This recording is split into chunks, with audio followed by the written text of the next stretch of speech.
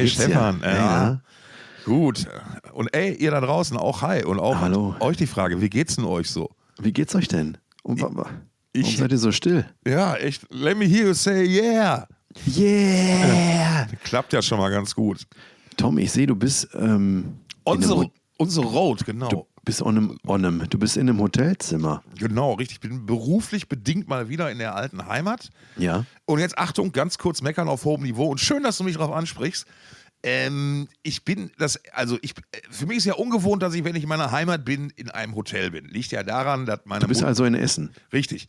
Ich bin sonst immer in ein und demselben Hotel, was ich sehr schätzen und lieben gelernt habe. Ich weiß nicht, es gibt ja so manche Hotels, da kommst du rein und weißt direkt so, oh, das wird schön, hier mag ich's. Und manche, wo du dir denkst so, boah, hier müsste ich erstmal ein bisschen rumdekorieren oder die Möbel umstellen. Ne? Aber ja. so, und jetzt bin ich das erste Mal in diesem anderen Hotel und ich sage, es ist Meckern auf hohem Niveau und ich klinge wie ein alter weißer Mann. Aber ich vermisse den Balkon, den ich sonst in dem anderen Hotel habe, auf dem ich nämlich immer rauchen kann. Ja. Ich weiß, vollkommen unzeitgemäß, aber es entspannt mich halt nicht. Andererseits ist das Frühstück hier wirklich der absolute Shit, muss ich sagen. Ja. Ja, also ist Continental Breakfast das mit Speck und Bohnen? Oder ist, Ich habe keine Ahnung. Auf jeden Fall, es gibt Speck und Bohnen und damit ist mein Frühstück gelaufen. Ne? Also, das ist schon mal sehr, sehr geil. Ich würde ja sagen, Speck und Bohnen kriegst du ja eigentlich eher auf der Insel. Deswegen würde ich sagen, das ist nicht Continental. Aber ich kann auch falsch liegen. Ja, jetzt wo du es sagst, hätte ich mir die Frage auch sparen können, wenn ich eine Sekunde selbst drüber nachgedacht hätte. Was du selten tust, aber dafür hast du ja mich. Richtig, genau. Nee, und hier, deswegen tatsächlich mit Aufnahme-Equipment on the road quasi 50% von Thoughts of Chaos. Ich höre das Publikum laut jubelnd Danke sagen. Dann ist ja auch klar, dann, wenn du Thoughts bist, dann kann ich ja nur Chaos sein. Von daher, dann passt das ja. Selbstverständlich. Hätten wir das mal im Vorbeimarsch auch mal geklärt. Das ist doch Ja. was. Wir können jetzt schon mal ankündigen, ganz kurz, dass wir nachher wieder ein ziemlich cooles Interview haben, bei dem ich mich leider zwischendurch arbeitsbedingt dann ausklinken musste. Du hast einfach keinen Bock. Genau. So bist du doch schon eingestiegen. In das Genau, Interview. wie man auch ganz klar hören wird. Irgendwie mein einziges Ziel, das war nämlich eine sehr angenehme Geschichte für mich, weil wir haben den lieben Karan von Bloodywood zu Gast bei uns. Oh ja. Und das ist ja eine der Bands, die Stephan mir nahegebracht hat. Und es gibt da ja eine gemeinsame Vorgeschichte mit dem vorläufigen, also der Höhepunkt ist natürlich Thoughts of Chaos Interview, aber mit dem zweiten Höhepunkt knapp dahinter, dass du ja in Indien warst letztes Jahr, ziemlich genau vor einem Jahr und 2 Wochen, wenn ich mich jetzt nicht ganz vertue. Ja, Pi mal Daumen stimmt das. Ja. Genau, richtig, so. Ja. Und deswegen konnte ich mich da ganz bequem zurücklegen und einem interessierten Gespräch zwischen 2 Freunden und Bekannten lauschen und immer wieder unqualifiziert zwischendurch dumme Bemerkungen machen. Das war ziemlich gut. Ja, das gefällt dir. Das hat dir gefallen. Das habe ich auch so wahrgenommen. Das hat richtig Freude gemacht. Das Ja, wird richtig cool, weil da kommt nämlich, warum machen wir das? Unsere Prämisse, wir machen nur Interviews mit Leuten, die wir kennen und oder mögen. Ja. Und dabei, im Falle von Bloodywood, steht ein neues Album vor der Tür. Genau. Aber bis dahin ist es noch ein bisschen was. Ja. Wir haben jetzt aber trotzdem schon so früh gesprochen, weil die Band schon am 21. Februar auf Tour geht. Ja. Das Album kommt erst einen Monat später ungefähr. Es kommt in der 2. Märzhälfte oder ziemlich genau einen Monat später. Ja, aber wir haben jetzt die Gelegenheit beim Schopfe gepackt, bevor die Band in den Flieger steigt und haben da mal ordentlich ausgequetscht, den guten Karan. Ja, wir wollten auch mal gucken, ob wir unseren Charts-Voodoo auch auf Live-Shows übertragen können. Ja, da darf man gespannt sein, was da passiert. Also ich rechne mit Besucherrekorden, die gebrochen werden. Also Besucherrekorde der Band, das kann wohl sein. Mit Sicherheit. An so vielen Orten war die Band noch nie nacheinander. Das wäre ein Besucherrekord. Ach, herrlich. Du hast aber auch, weil ich ja so eingespannt bin die Woche, du hast einen ganz tollen Themenstrauß geschnürt für uns. Ja, jetzt schiebt das mal nicht auf mich, wenn die Redaktion wieder scheiße ist, ne? Wir müssen die Podcast-Melonen mal einfach deutlich besser investieren. Oh, hat's Schnüpfchen? Nee, oder das ist einfach nur, das eine Nasenloch trieft ein bisschen, falls du es genau wissen willst. Ja, okay. Ich habe dir doch gesagt, wenn du die Melonen schon in Kokain investierst, immer beide Nasenlöcher. Ja, du weißt, ich bin Dann Anfänger. fällt das nicht so auf. Also, ja, mir fehlt die Praxis. Ja. Alleine macht das ja auch keinen Spaß. Ja, das stimmt, ne? Ey, lass mal back to the beginning, oder? Ja, sie. Das war ja die große Nachricht der letzten Woche, also der vorvergangenen Woche, dass dass Black Sabbath ihr letztes Konzert spielen würden. Unter dem Motto eben Back to the Beginning, was den Hintergrund hat, dass es in Birmingham stattfinden wird, in der Heimatstadt der Band. Und nicht nur das, sie werden auch noch in Originalbesetzung spielen. Mit Bill Ward, Ja, mit Bill Ward, richtig. Tony Iommi, Geezer Butler und wie heißt der Sänger? Etsy Edsborn, habe ich, glaube ich, mal gelesen. Der hat doch diese DIY-Verkaufsplattform, ne? Etsy, genau, die hat sehr gut. Damit macht er, das ist sein zweites Standbein, deswegen hat er mit Heavy Metal aufgehört. Sehr gut. Aber ich glaube, das war Sharons Idee. Mit Sicherheit, ja. Etsy Edsborn, ganz Ozzy war Sharons Idee, jetzt mal so im Nachhinein. Ne? Das war ja, wenn du den das mal so, er heiratet die Tochter von seinem Plattenfirmenboss, mit dem er sich eigentlich nicht versteht, das hat irgendjemand ganz geil orchestriert. Das wusste ich gar nicht. Dass sie die Tochter von seinem Plattenlabel Ich glaube, Sharon ist die Tochter von Don Arden gewesen. Das war der Chef von Jet Records, über den halt damals die Ozzy-Platten liefen. Mhm. Ne? Naja, auch wenn ich damit jetzt wieder eine Fehlinformation in die Welt gesetzt habe, keine Fehlinformation ist, Bill Ward ist wieder mit dabei, der Original-Drummer, der ja bei der letzten Inkarnation der Band ziemlich außen vor gelassen wurde. Wie kam das, weißt du das? Ich vermute mal Geld. Wäre jetzt mal, also beziehungsweise es war wohl, also traditionell war es wohl so, dass Bill Ward immer so die Rolle eingenommen hat im Bandkonstrukt Black Sabbath, die sonst Bassisten eingenommen haben, nämlich so der Arsch für alles sein.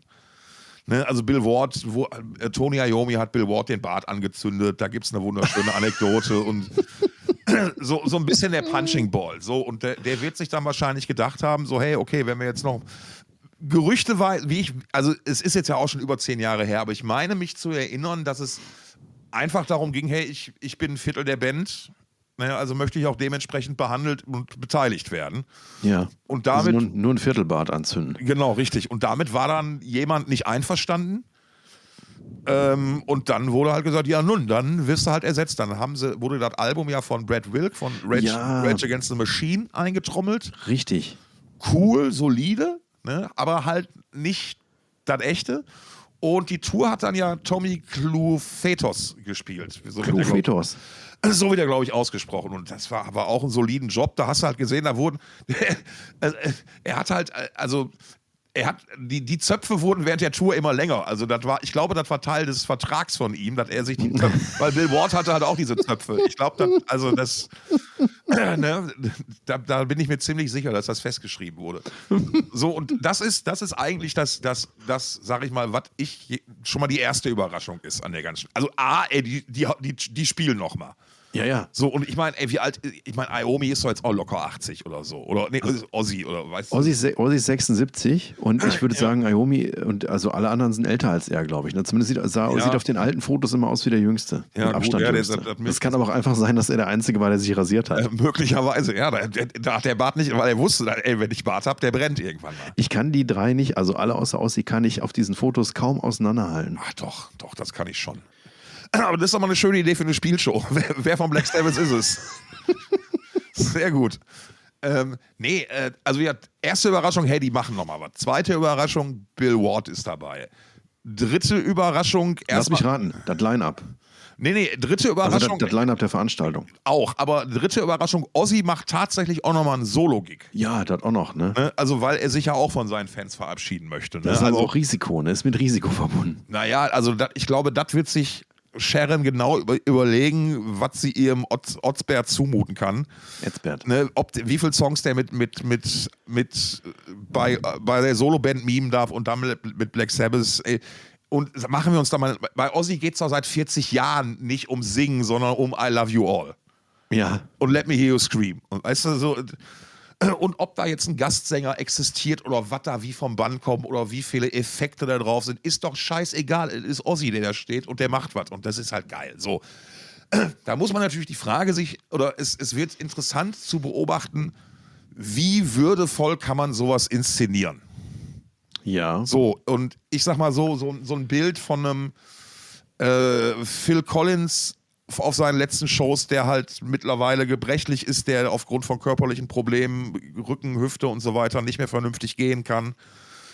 Ja, sein Sohn spielt Schlagzeug schön, aber es ist irgendwie, ne, möchte man mit so einem Bild aus dem Kopf, im Kopf sich von dem Künstler verabschieden.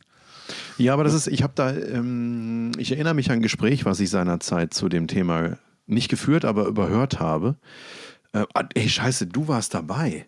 What? Das war, wir haben, kann sogar sein, dass du dieses Gespräch geführt hast. Mit Sicherheit. Nee, das war in der Vorbereitung auf eine Aufzeichnung für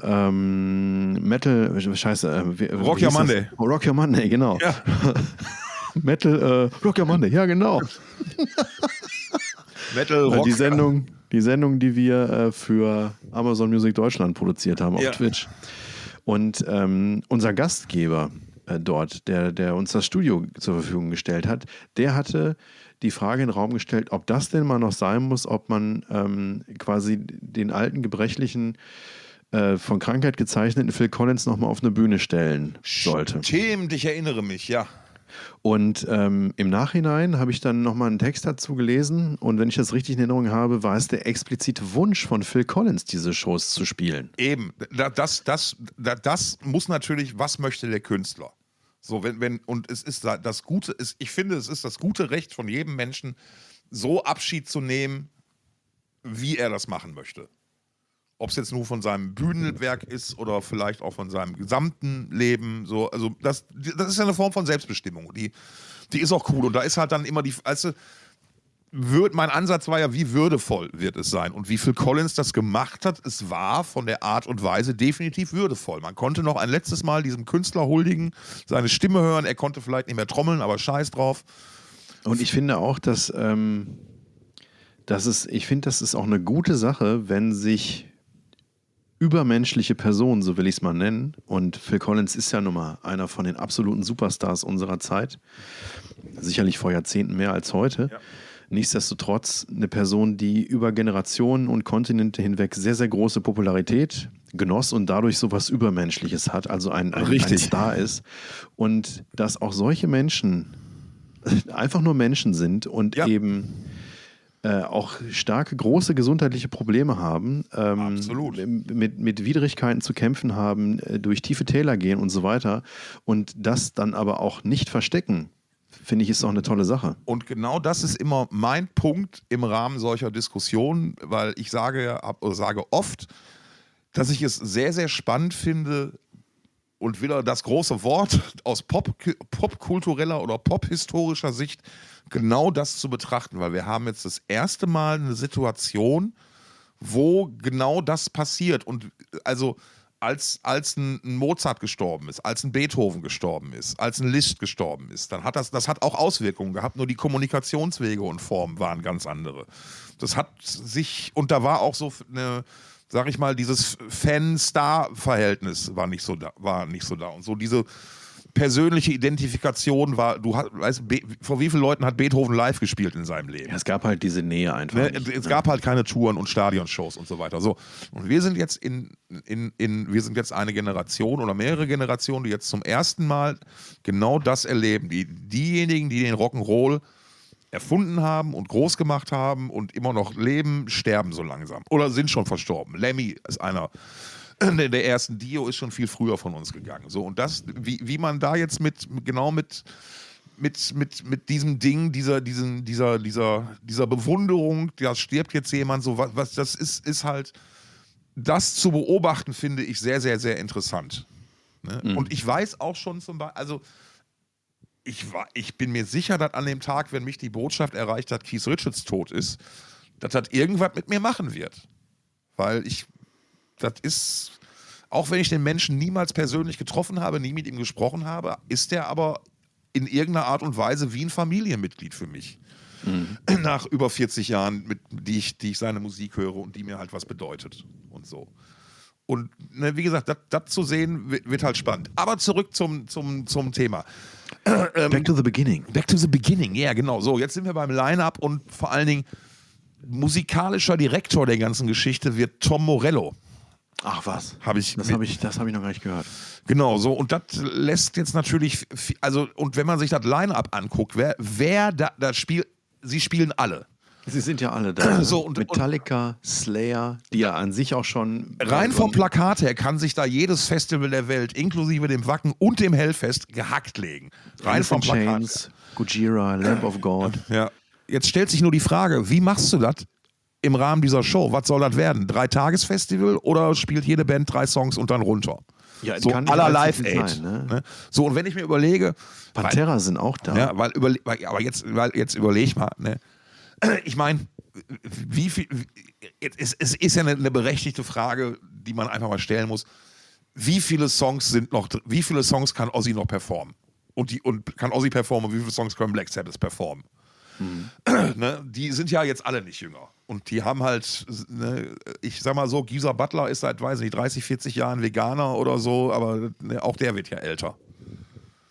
Du meinst, dass grundsätzlich Veganismus einen verjüngenden Effekt hat? Ich glaube einfach, dass sich gesund ernähren einen Effekt hat. Ja, um das kann man, glaube ich, tatsächlich sagen. Dass, also wenn man ein bisschen darauf achtet, dass man auch sich da ausgewogen ändert, dass das dann die gesündere Ernährungsweise ist. Und man kann natürlich darüber debattieren, ob einfach, ne, eine ausgewogene Ernährung kann meines Empfindens nach auch Fleisch beinhalten, muss es aber nicht. Auch die grünen Gummibärchen auch essen. Ja, natürlich, klar. Ne? Und du solltest nie den gelben Schnee essen. Das ist richtig. Ne? Aber lass uns nicht den Bogen halten, lass uns nicht den ganzen Bogen gehen. Ja, wir wollten ein kurzes Intro machen, jetzt sind wir schon wieder. Nee, pass auf. Geiles Ding, geiles Line-Up, All-Star, es wird könnte eine Celebration of Ozzy. Eine Celebration werden. Ja. Ne? Wo sind eigentlich Cool in the Gang mit Celebrate Good Time? Die fehlen dann noch. Die sind in dieser Celebration-Packung von Unilever. Toffifee, genau. Ja. Nee, wird cool. Ich hätte sogar Bock, da hinzufahren, weil das klingt für mich wie so ein Live-Aid des Heavy Metal. Ja, stimmt. Und es hat ja tatsächlich auch einen Charity-Charakter. Genau. Ach genau, die Einnahmen gehen ja zu einem Kinderkrankenhaus in Birmingham, ne? Die gehen an Cure Parkinsons. Das ist sicherlich eine Institution, die sich Parkinson-Erkrankten widmet. Dann außerdem geht die Kohle ans Birmingham Children's Hospital. Birmingham hast du gerade gesagt. Ans Birmingham. Ans Birmingham Children's Hospital. Mhm. So, und außerdem an das Acorn Children's Hospice. Also an das war Absicht, den gutiere ich nicht. Hä? Nein, schon gut.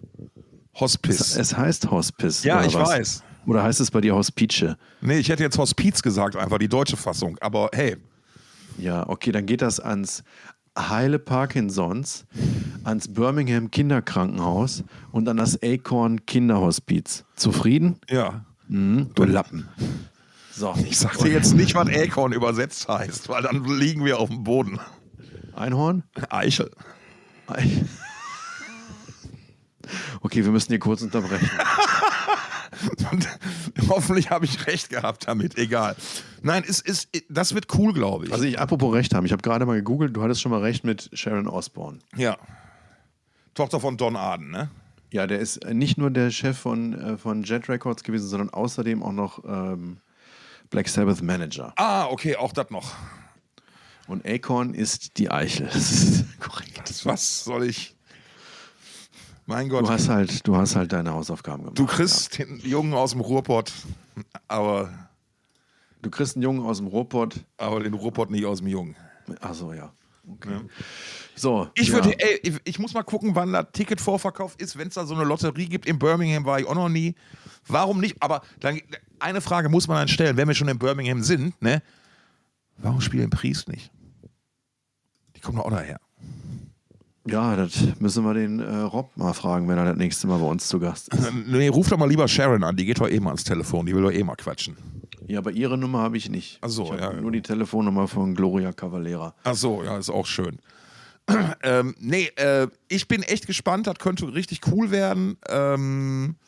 Bisschen komisch, also was heißt ja, also Ozzy war offensichtlich nicht in der Lage für den Fototermin anzureisen, weil den Promotermin haben halt Sharon und Tony Iommi gemacht. Ja, genau. Habe ich auch gesehen, wo die im Stadion stehen und am Sabbeln sind, ne? Ja, richtig, genau. Oh Mann, ey, das ist aber... Ich würd hinfahren, ich guck mal, ob ich ein Ticket kriege oder so, da hätte ich Bock drauf, tatsächlich. Das könnte cool werden einfach. Und wie gesagt, ja, bestimmt. Das kann man, vielleicht findet sich ja auch irgendjemand, der das live streamt, irgendein Sponsor. Also das könnte so Live-Aid-Charakter haben. Und das wäre ja auch mal cool, sich so auf die Art und Weise von einer Band zu verabschieden, ne, mit einem weltweit übertragenen letzten Konzert. Finde ich auch angemessen. Ja. Ne, weil, hey, Black Sabbath sind halt eine von den beiden Bands, glaube ich, wegen denen wir heute hier in letzter Konsequenz sitzen und uns noch unterhalten. Ja, und es ist aber ja, wenn ihr diese Folge hört, dann ist es mindestens Samstag, wenn nicht sogar noch später im Leben. Und dann ist der Vorverkauf wahrscheinlich schon gelaufen. Mein Gott, was machst du denn jetzt? Ich mach das nicht mehr. Da werden keine Videos von veröffentlicht. Alter, das gibt's doch gar nicht. Er hat sich gerade eine sehr ungünstige Pose. Ja, es sah aus, als wenn er auf mich urinieren wollte. Ja, naja. Naja. Ja, das lässt er erstmal unkommentiert. Ne? Nein, es gibt hier einen Schreibtisch, ja, in diesem Hotelzimmer, ja, aber die haben so einen Kack-Designerstuhl, der sobald du dich auch nur einen Millimeter nach vorne bewegst, irgendwie der ganze Stuhl nach vorne kippt. Und deswegen sitze ich jetzt hier halt auf dem Bett mit dem Laptop vor meinen Beinen. Schieb's nur auf den Stuhl. Ja, natürlich schiebe ich es auf den Stuhl. Was wollte ich denn gerade sagen? Verdammt nochmal. Genau, das ist wahrscheinlich, wenn ihr euch das anhört, schon ausverkauft ist. Denn der allgemeine Vorverkauf startet am 14. Februar. Und es gab schon davor Möglichkeiten, sich Tickets zu sichern über irgendwelche Mailinglisten und was weiß ich, Anmeldemopeds. Und man darf davon ausgehen, dass das eine ganz schnelle Nummer wird. Ja, aber ich sag mal, diesmal kann ja keiner was sagen, weil ist ja für einen guten Zweck. It is for the good. Ne? Und wahrscheinlich wird der gute Zweck auch einiges an Talern kosten. It's for a good cause. Ja, also ich habe schon Preise geguckt, die kosten irgendwie zwischen 236 und 1000 Euro, habe ich irgendwo gelesen. Also ich weiß nicht, wo diese 1000 jetzt herkommen. Ja, irgendwelche VIP. Ja, nee, die VIP-Geschichten, die können aber noch deutlich teurer werden. Ja. Deswegen, egal. Ja, dann Golden Circle oder so. Ich muss sagen, ich finde das jetzt, ach so, da steht es, pass auf, hier die Ticketpreise der wichtigsten Kategorien. Golden Circle gibt es für 412 Pfund, das sind knappe 500 Euro. Stehplatz gibt es für 262,50 Pfund. Das gibt oder 262,50 Pfund, muss man da sagen. Ne?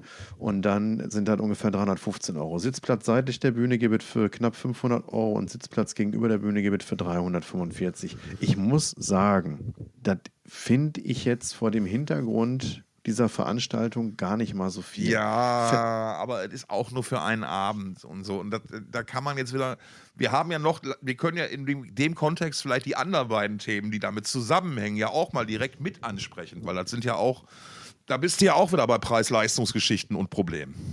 Ja, jetzt bin ich gespannt, was ist das? Naja, du hast ja noch vorgeschlagen, Thema Pantera Preis-Leistungsverhältnis.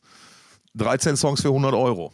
Ja, genau. So. Die haben ja jetzt ihre Deutschlandtermine der zweiten Deutschland-Tournee nach der Reunion gespielt und da ist es so, dass die jetzt 75 Minuten gespielt haben ungefähr, also 13 Songs. Ich meine, ein 75-Minuten-Set ist jetzt für irgendeine Band ist das jetzt nichts Ungewöhnliches, würde ich sagen, aber für eine Band, die es lange nicht gab und die einen Legendenstatus vor sich herschiebt, erst zum zweiten Mal wieder unterwegs war und eben 100 Euro aufruft, ungefähr 100 Euro,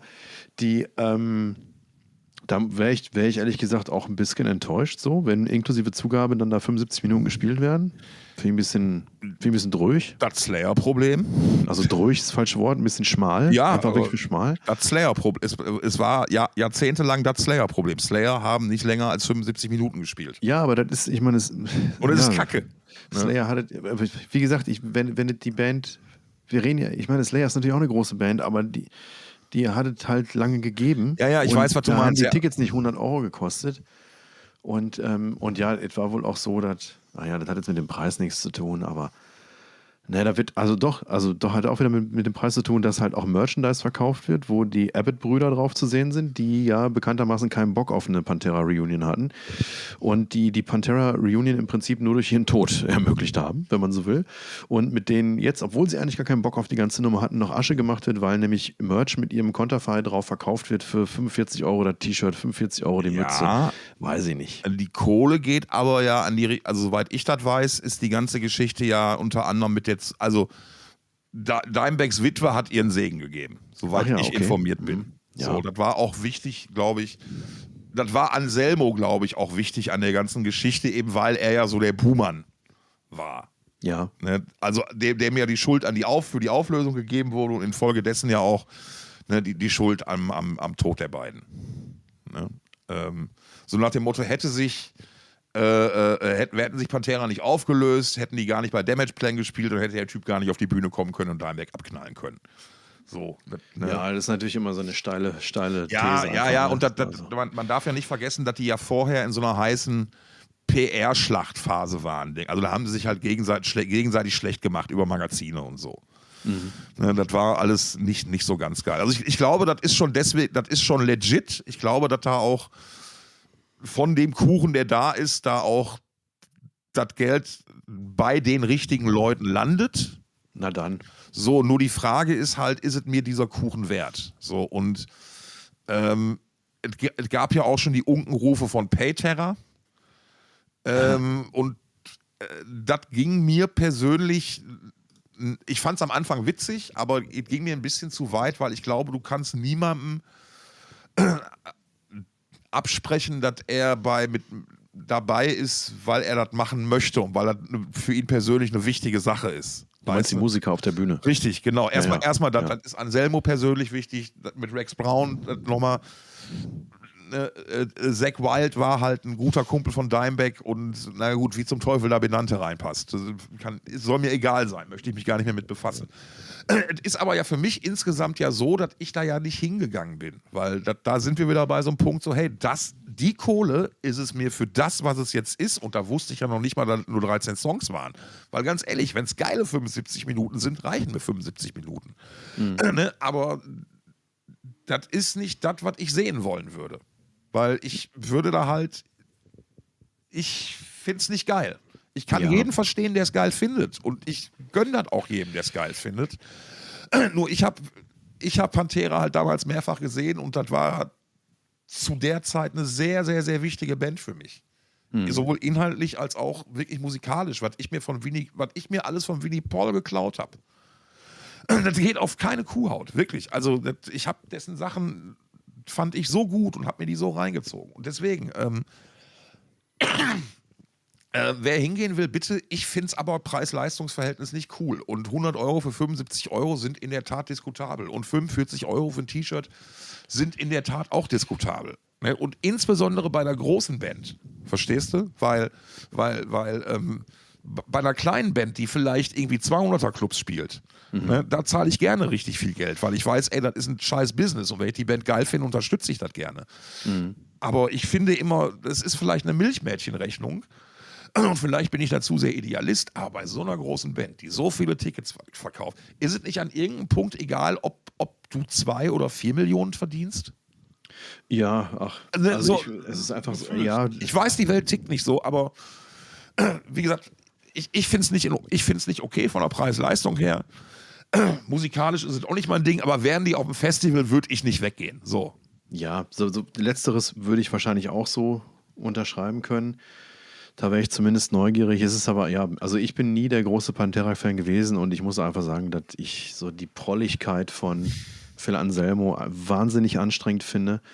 Und ich würde einfach die ganze Zeit nur darauf warten, dass er seinen rechten Arm ausstreckt. Ne? Das ist einfach, also da habe ich einfach, weiß ich nicht, wahnsinnig unsympathisch einfach. Also ich durfte ihn ja mal treffen, also beruflich zum Interview, und aus irgendeinem Grund ist Anselmo jedes Mal, wenn der irgendwo live gespielt hat und ich da war, mir um den Hals gefallen und kam wieder, du schon wieder. Und ich so, daran kann der sich, also weil wir haben mal, als die mit Priest auf Tour waren ein Bier mit denen vor der Halle getrunken. Aber das haben die halt auch mit tausenden Leuten gemacht. Weißt du, so, also es gab keine logische Erklärung dafür. So. Und meine Meinung zu Phil ist, der ist unheimlich dumm. Ja. So. Also nicht, dass der ist mit Sicherheit kein Rassist. Ja, ich bin ihm auch nie nahe gekommen, aber ich habe das. Der ist nur unheimlich dumm und handelt sehr, sehr oft sehr, sehr unüberlegt und ist sich dann, ja. Für mich ist er einfach ein Prollo. Einfach ein Prollo. Also im negativen Sinne einfach ein Proll. Für mich war er jahrelang im positiven Sinn Proll. Ne, auch gerade, ich meine, Pantera sind passiert, da war ich irgendwie, weiß ich nicht, Ende Teenager, Anfang 20. So, und das war so, ne, Cowboys from Hell war ja schon okay. Also hier Pantera früher, so Metal Magic und so, ja Gott, Heavy Metal, ne? Dann kamen die Cowboys from Hell und wir alle so, ach du Scheiße, was ist das denn, ne? Ja. Ey, und dann kommt die Vulva-Display und ich dachte, ich kriege hier gerade, ich werde zusammengeschlagen gerade eine Dreiviertelstunde lang. So brutal war das. So geil war das. Ja, das war so, Alter, das gibt's. Und das war wirklich noch, das waren so Phasen, ich erinnere mich da noch dran, da habe ich noch im Plattenladen gearbeitet und da kamen die rein und dann haben wir die gehört und ich dachte so, Alter, das kann doch nicht wahr sein. Und dann habe ich diese CD genommen und bin direkt abends zum Kumpel gefahren und habe so, Alter, pack sofort die Blubber aus und mach das Ding an und dreh auf. Und dann saßen wir da wirklich 45 Minuten so mit Alter, das gibt's doch nicht. Was ist das denn? So, das war schon cool. Ne? Und deswegen, ich möchte das für mich so behalten, wie es ist. Mich nimmt, aber das heißt, ich kriege natürlich auch die ganze rechte Arm-White-Wine-Diskussion und so mit. Und das hat natürlich auch meine Haltung ein bisschen verändert. Und ich finde es schade, dass das so ist. Ne? Und ich wüsste auch nicht, ne? Weißt du, einerseits Down auf der Loreley war eines meiner geilsten Konzerte, was ich jemals erlebt habe. Und ich würde viel dafür geben, das nochmal zu erleben. Aber ist es mir das wert, mich damit auseinandersetzen zu müssen? Ja, habe ich keinen Bock drauf. Ja, ist einfach auch. Ich habe ihn einmal gesehen mit Down auf dem Rock Hard Festival. Da hat er auch jede zweite Pause zwischen den Songs dazu genutzt, um zu sagen: Ey Leute, ihr müsst das jetzt hier genießen. Ihr wisst nie, wann ihr uns nochmal erleben dürft, so nach dem Motto. Ne? Das war, und dann die Nummer mit dem White Wine, rechter Arm nach oben. Ja. Und dann seine wie er sich dann selbst in die Opferrolle geflüchtet hat, in diesem Video, wo er da nachts auf seiner Veranda sitzt und so tut, als wenn er das Opfer wäre. Ne? Und vergessen wir nicht das Beste, was Rob Flynn jemals gemacht hat, nämlich sein Statement zu dem Video. Was natürlich auch ein gutes Stück Selbstinszenierung war. Ja, natürlich, klar, aber es war wichtig. Es war wichtig, dass das mal einer so sagt und auch mal so in die Diskussion einbringt. Das war schon okay. Also, ne, war halt so. Also, ne, Fazit, 75 €, 13 Songs, naja, halb geil. Kriege ich nur eine halbe Erektion. Bringt uns zum letzten Tourthema, was wir für heute auf dem Zettel haben, nämlich ADAC haben ihre Tour angekündigt. Du meinst Wechselstrom, Gleichstrom, ja. Genau, richtig. AC/DC kommen wieder nach Europa, haben relativ kurzfristig die Termine angekündigt und denen ist irgendwie auch dasselbe passiert, was anderen Bands, auch anderen großen Bands auch schon passiert ist. Denn irgendwie wurden kurz vorher mal für kurze Zeit die Termine geleakt. Ups. Ja, ganz ganz komisch. los ist das auch passiert, aber die haben es immerhin auch selbst, ich weiß gar nicht, was heißt immerhin selbst gemacht, kann es auch sein, dass es AC/DC selbst gemacht haben. Bei Guns N' Roses stand es irgendwie auch auf der eigenen Seite mal kurz, ja. Wo ja nie jemand hinguckt, ne? Das ist ja, klar. Und bei AC/DC war das auch passiert. Und jetzt spielen sie eine Tour, die Europa, 3 Shows in Deutschland, letztes Jahr 11. Siehst du, ich bin vorbereitet. Berlin, Düsseldorf und Karlsruhe. Genau. So spannenderweise läuft der Vorverkauf aber nicht so gut wie letztes Jahr. Das kann man zum jetzigen Zeitpunkt schon sagen. Aha. Das war witzig, weil genau darüber da kam gestern was im Radio. Aber letztes Jahr haben die letztes Jahr Shows in Europa gespielt? Die letzte Tour ist noch gar nicht so lange her. Und ich meine, ja klar, die Leute sind doch letztes Jahr nach Wacken weitergefahren zu AC/DC. Ach, guck. Bin mir ziemlich sicher, dass AC/DC letztes oder vorletztes Jahr, auf jeden Fall nicht so lange her. So, und letztes Mal alles ratzfatz ausverkauft, richtig geil.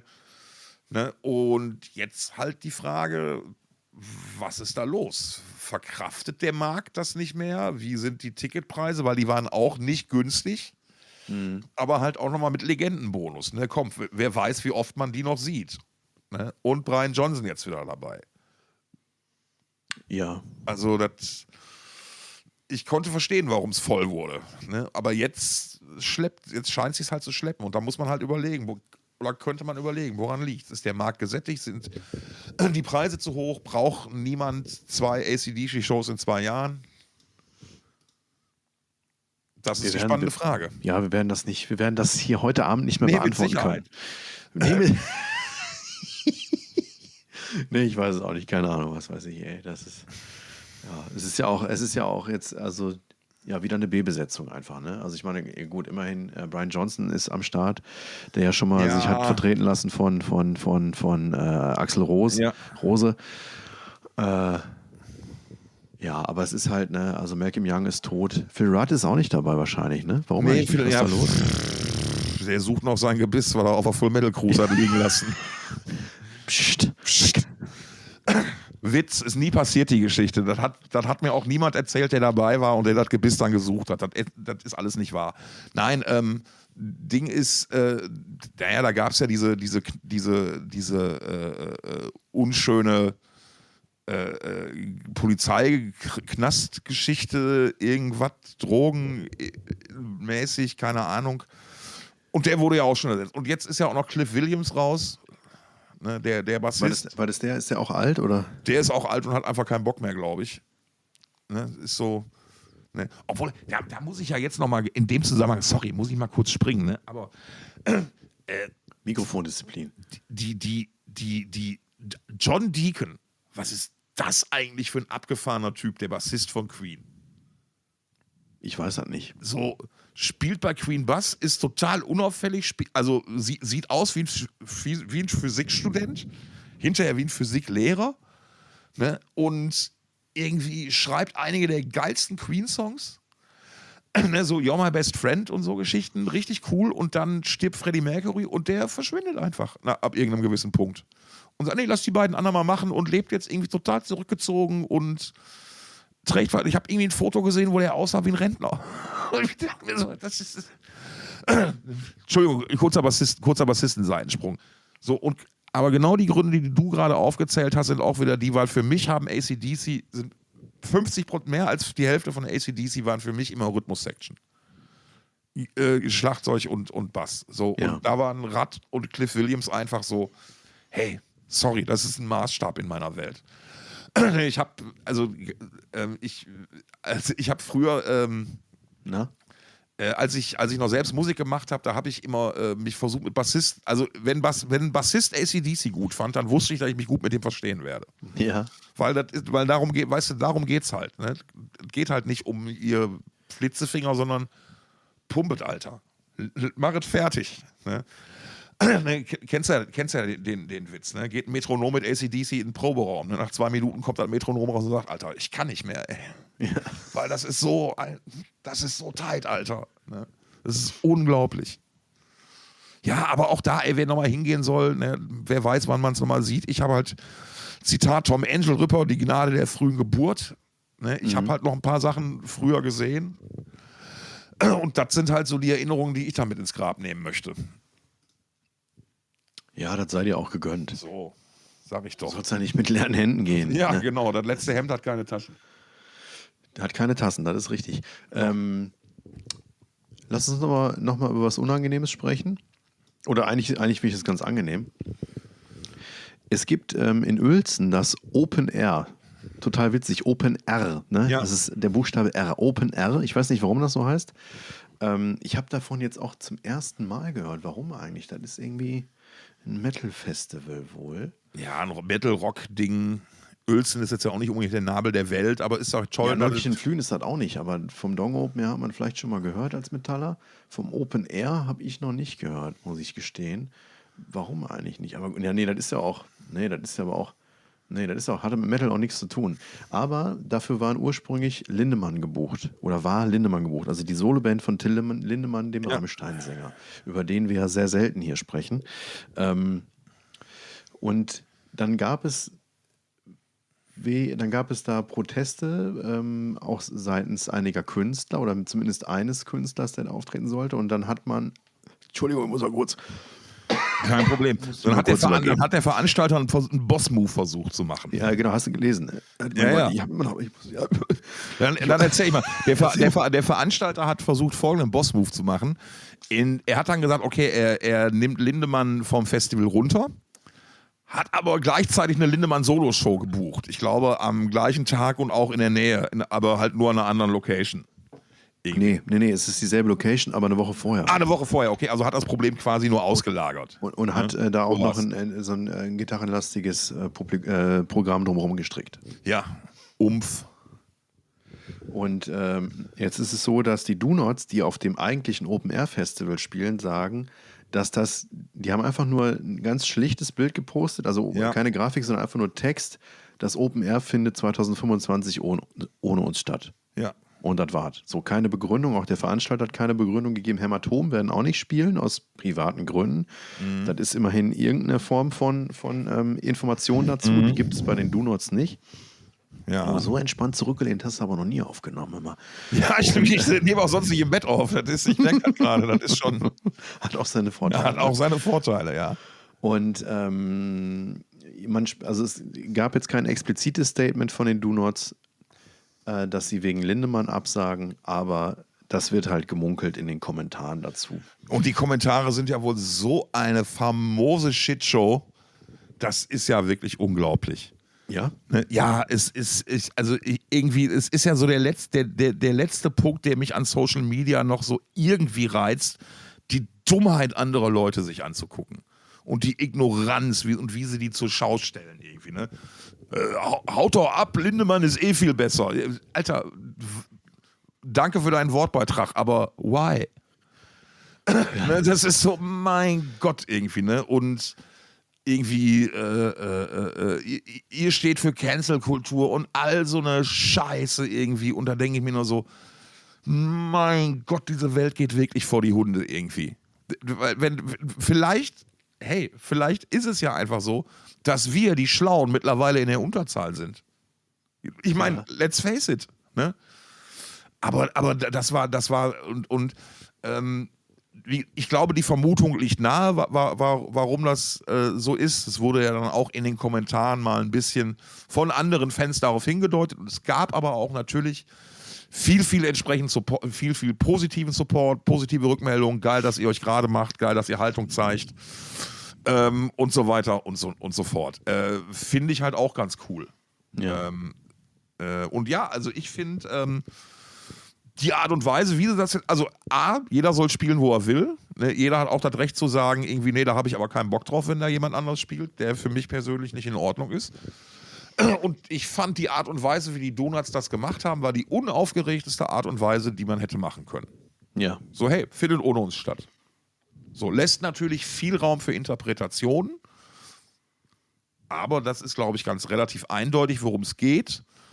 Und ja, dann einfach über den Dingen stehen und sagen, ja, dann scheißen wir halt drauf. Ja. Und ich sag mal so wie ich die Donuts kenne, machen die sich so eine, also ich kann es mir nur so erklären, dass zu dem Zeitpunkt, als die Donuts gesagt haben, sie spielen, war noch nicht klar war, dass gewisse andere Künstler dort spielen werden. Ja, anders könnte ich mir das auch nicht erklären.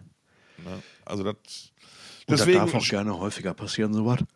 Liebe Grüße an unseren Podcast-Kollegen Ingo. Bleibt bitte so stabil, wie ihr schon immer stabil wart. Das ist sehr, sehr gut. Und weißt du, wer auch noch total stabil ist? Sag mal. Bodo. Mit dem Bagger. Was? Der Bodo mit. Nein, pass auf. Wir alle kennen Bodo Ramelow. Das ist doch hier der ehemalige Ministerpräsident von Thüringen, ne? Ritschitsch vom Würstchenland. Der ist Savage Burn-Fan, kann das sein? Ich glaube, der ist erstmal Black Metal-Fan. So zumindest. Black Metal, stimmt. Tatsächlich ist es so, es kam gestern auf Social Media kam ein ganz, ganz wunderbares Reel mit Mike von HSB, der sich als Angestellter einer Institution, wie auch immer, der Poststelle, der versucht, ein Paket mit Black Metal-Platten loszuwerden. Nee, nicht, aber der sagt, kennst du das? Das ist, die spielen einen Clip nach, den es im Internet gibt. Nein, ach ehrlich? Ja, genau. Habe ich wieder die Meme-Culture verpasst. Also ich weiß auch nicht, ob das Original ist, was ich kenne, aber da kommt ein junger Typ, also so einer wie ich, ne? Ja. Der hat ein Paket mit Black Metal-Schallplatten und geht in seine Wohnung, also ist gerade mit der Post gekommen, hat das entgegengenommen, kommt in die Wohnung rein und sagt, oh Emma, hast du denn schon wieder Black Metal-Platten bestellt? Hast du die Black Metal-Platten hier bestellt?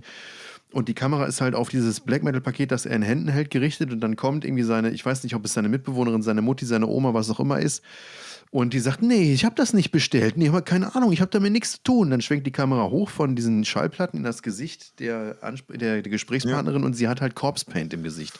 Ja, okay, alles klar. Dann ein schönes Zitat, weil genau so funktioniert auch der Clip von HSB mit Bodo Ramelow und sie unterstützen Ramelow im Bundeswahlkampf und fordern auf, die Partei von Bodo Ramelow zu wählen, damit Bodo in den Bundestag kommt, per Direktmandat, wenn ich es richtig verstanden habe. Genau, das ist halt die Operation oder die Mission Silberlocke, die da geführt wird, insbesondere von Gregor Gysi, Bodo Ramelow und Dietmar Bartsch, die gerne ihr jeweiliges Direktmandat gewinnen wollen, um dann auch bei Unterschreiten der 5%-Hürde eine Fraktion im Bundestag bilden zu können. Ja.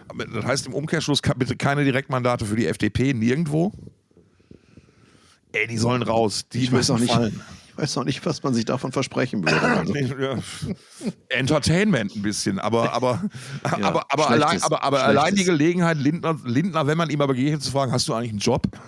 Entgegenzubrüllen, würde es mir halt schon wert machen. Nein, egal. Nee, das musst du ihm ja nicht entgegenbrüllen, weil er das ja schon, man hört ihn ja das schon von weitem jammern. Ja, richtig. Ja? Also muss man da nicht mehr fragen. Aber zurück zum Thema. Ich finde es ich finde es super cool, dass HSB sich politisch engagieren. Haben sie, machen sie aber schon länger, glaube ich. Ne? Ja, sie tragen es ja offen vor der Brust. Ne? Also, das sind ja eine der Bands, wo ja also relativ klar ist, auf welcher Seite wo das Herz schlägt und wo die stehen und wofür die stehen. Das ist ja keine Schubidubidu I Love You Baby Band, ne? Sondern das ist ja. Die kommen ja eher die gehen ja eher mit dem Ethos des Hardcore an Punk an solche Sachen ran. Ja. Und aber so eine Form der Stellungnahme und Support kurz vor einer Bundestagswahl finde ich schon bemerkenswert. Und ich finde es cool, dass sie da einen Weg gefunden haben, um da gemeinsam als Band jemanden zu unterstützen, den sie offensichtlich alle unterstützenswert finden. Und das ist eine coole Sache. Und ja, gut, jetzt, wo ich weiß, dass der Clip ein Zitat ist, natürlich nur noch halb so cool, aber trotzdem fucking witzig, Bodo Ramelow mit Corpse-Fan zu sehen. Ja. Kann ich nichts anderes sagen. Nicht alle Tage, da bezahlt man auch schon mal 100 Euro für 75 Minuten für oder so. 2,20 €, ne? Und dann, was hatten wir noch jetzt hier? Wir hatten neulich auch die Grammy-Verleihung. Ja. Und da muss ich wollte ja einen Rant machen, wie überbewertet und sinnlos die Grammys werden, aber dann hätte ich mich ja selbst beschissen, weil ich ja nur deswegen ja die Doechii entdeckt habe, von der ich hier, diese Rapperin, von der ich hier ja letztens schon so geschwärmt habe. Da bin ich jetzt kurz davor, mir das Album auf Vinyl zu kaufen. So gut finde ich das inzwischen. Das war hier die du Butcher Sisters empfohlen hast, ne? Genau, richtig, genau. Und das ist halt. Und da habe ich halt beim drüber nachdenken nochmal so, okay, so funktioniert der Mechanismus halt. Sobald du für den Grammy nominiert bist, ist das schon eine Auszeichnung. Und dann schaltet deine Plattenfirma schon Anzeigen im Billboard-Magazin und so. Für die Jury. Die heißen dann immer so For Your Consideration oder so. Und das bringt dann natürlich auch mit so, hey, die Künstler ist jetzt halt Grammy nominiert. Oh, dann bist du vielleicht auch für Dinge und Medien interessant, für die du vorher nicht interessant warst. Weil dann hast du ja eine Wertung auf einmal da dran hängen. Ne? Deswegen, ich kann die Grammys nicht auseinandernehmen, aber es sind ja dieses Jahr immerhin zwei bemerkenswerte Dinge in unserem Heavy-Metal-Hardrock-Gitarrenkosmos passiert. Ja, erstmal ist Courtney von Spiritbox interviewt worden, aber die Person, die sie interviewt hat, hat angenommen, dass sie Poppy vor sich hat. Ja. Und ich glaube, Courtney wollte sie kurz korrigieren. Hat aber dann sich gedacht, nee, ich ziehe jetzt durch. Ja, genau, also die Person hat das missverstanden. Die hatte nicht gemerkt, dass Courtney die Verwechslung aufklären wollte, sondern die Person, die sie interviewt hat, dachte, sie wollte das Prädikat, sie wollte bescheiden sein, das Prädikat, das sie ihr zugeordnet hatte, so ein bisschen bescheiden von sich weisen und hat nochmal bestätigt, nee, du bist Poppy, die geilste von der Welt sozusagen. Ne? Und da ging das Interview los und Courtney hat einfach mitgemacht und hat dann auch, wie war das, sie ist dann auch gefragt worden, wie das denn ist hier so, als sie könnte ja oder was ihre großen Aspiranten jetzt wären, wen sie gut finden würde. Und dann, ja, also, ach scheiße, ich glaube, es ging auch darum, dass die Chance bestünde, als erste weibliche Künstlerin den Grammy in dieser Kategorie zu gewinnen. Ja. Und dann sagte sie, ja, also das wäre natürlich super, wenn ich das gewinnen würde. Oder eben hier, Courtney von Spiritbox ist halt auch eine geile Sau, ne? Das war schon ziemlich gut. Finde ich cool, zeigt eine geile Art von Humor. Fand ich jetzt auch echt, also das war wirklich einfach nett, irgendwie wholesome so ein bisschen. Also ich hatte nicht den Eindruck, dass sie sich da irgendwie lustig drüber gemacht hat, sondern hey, ich mache jetzt einfach mit. Ja. Irgendwie. Und jetzt laufen die Kameras halt und wir klären es hinterher. Was aber auch ein bisschen traurig ist, weil ich habe mal nachgeguckt. Es ist ja nun mal so, dass tatsächlich jetzt zum ersten Mal überhaupt in der Geschichte der Grammys diese Kategorie von einer Frau gewonnen wurde. Also zwar haben... Welche Kategorie denn? Die Best Metal Performance. Ja. Also die wird seit 1990 verliehen, die ist 89 Mal verliehen worden als Best Rock oder Metal Performance und ich glaube im Jahr 2012 nochmal sozusagen Mixed Rock und Metal. Und weißt du, wer den ersten gewonnen hat? Ja, Jethro Tull. Woher weiß ich das? Aus einer Folge You Metal. Yeah. Und jetzt bin ich raus. Also egal. Das Ding, insgesamt gab es 170 Nominierte über all die Jahre, die es diese Kategorie gab. Und für Best Metal, ja. Für Best Metal Performance. Und aus diesen 170 Nominierungsslots ist jetzt zum ersten Mal eine Gruppe oder eine Gruppe von Künstlern geehrt mit dem Preis ausgestattet worden, die auch eine Frau dabei hatte. Gojira, c'est den grübte Artist. Ja. War das also es geht ja nicht nur um Gojira, die ja als Band zu bezeichnen werden, sondern es ging ja darum, dass sie für Mea Culpa, ihrer nominiert wurden. Und diesen Song haben sie ja nicht alleine als Band Gojira performt, sondern auch zusammen mit Marina Viotti, der Opernsängerin, die dort zu hören ist, die übrigens tatsächlich auch einen Metal-Hintergrund hat, aber in erster Linie eben Opernsängerin ist und die ist jetzt die erste weibliche Preisträgerin in dieser Kategorie. Also die hat zu den 5 letzten der 170 Nominierten gehört und hat dann diese Auszeichnung bekommen quasi. Oder 5 letzt klingt jetzt auch blöd. Also das sind die 5 Gruppen, die zuletzt nominiert wurden, da zählte sie halt dazu und jetzt ist es erst soweit gewesen. Ja. Und ich habe mal nachgeguckt, es gab vor ihr oder mit ihr gemeinsam sind über all die Jahre nur 12 Mal weibliche Künstler nominiert gewesen. Und und auch nur 3 Mal von Frauen, nämlich bei Code Orange, Poppy und Spiritbox. Und das ist schon, also man muss sich das mal auf der Zunge zergehen lassen, in all den Jahren sind weniger, oder nicht weniger, aber 7% aller Nominierten hatten irgendwo eine Frau mit auf der Bühne. Das finde ich ist schon irgendwie ein starkes Stück im negativen Sinne. Ja. Ich meine, manche Dinge brauchen halt Zeit, aber das ist natürlich schon. Es ist ja nie, also wir sind uns ja darüber einig, dass der Anteil in unserer Szene da definitiv noch nicht ausgewogen genug ist. Ja. Da sind wir uns ja einig. Ich bin aber schon der Ansicht, dass es auch in den vergangenen Jahren schon genügend Gelegenheiten gegeben hätte, da mal auch Künstlerinnen auszuzeichnen, weil sind halt auch ein paar gute Sachen passiert. Ja, also kannst du mir nicht erzählen, dass irgendwie nur 7% der geilsten Künstlerinnen oder Künstler weiblich, also egal. Ich meine, das ist ja auch eine Konstruktion. Die ganze Grammy-Nummer ist ja auch eine Konstruktion. Da geht es ja nicht um Objektivität oder sowas. Ja. Nichtsdestotrotz ist das schade. Also es ist in den letzten Jahren Gott sei Dank mehr geworden. Also Spiritbox waren 2-mal nominiert, Poppy war 2-mal nominiert. Ja. Aber ja, es darf auch gerne mehr werden. Ne? Man darf auch gerne mal über die Nation hinaus schauen. Ne? Ja, es gibt nicht nur, das ist ja kein nationales Genre, ne? Aber es sind fast nur nationale Künstler nominiert. Ja, gut, aber ich sag mal so, ne, die USA haben, glaube ich, gerade noch ganz andere Probleme irgendwie und zumindest mit der Art von Politik sind sie ja zumindest auf Linie des neuen Präsidenten irgendwie. Ne? Hast du das gehört hier mit der mit den AP-Korrespondenten, die nicht mehr zum Pressebriefing zugelassen werden? Es ist doch nur noch eine Farce. Irgendwie. Ich habe es gehört, ich hab's gesehen, ich habe die Fragerunde gesehen.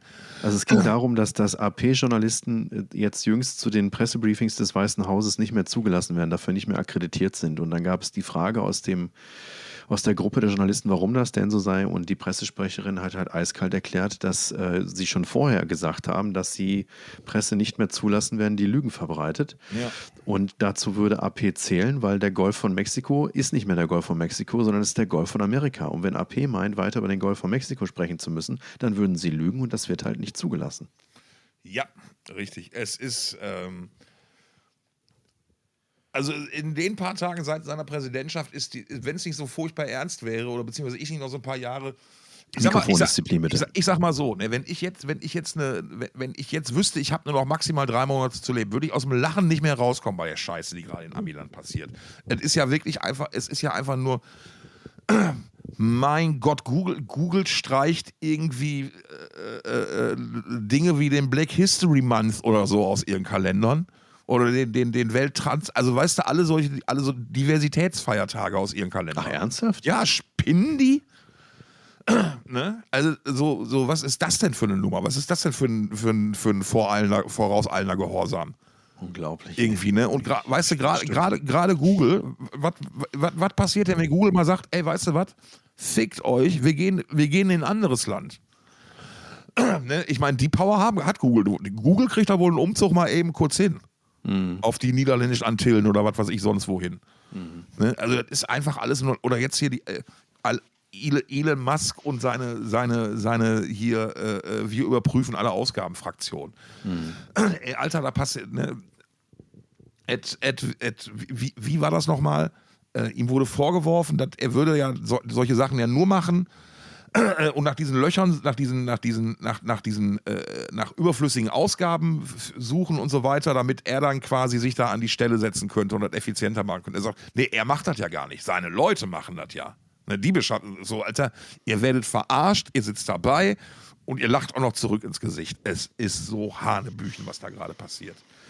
Und es ist, vorhin wurde doch hier Kennedy als Gesundheitsminister vereidigt.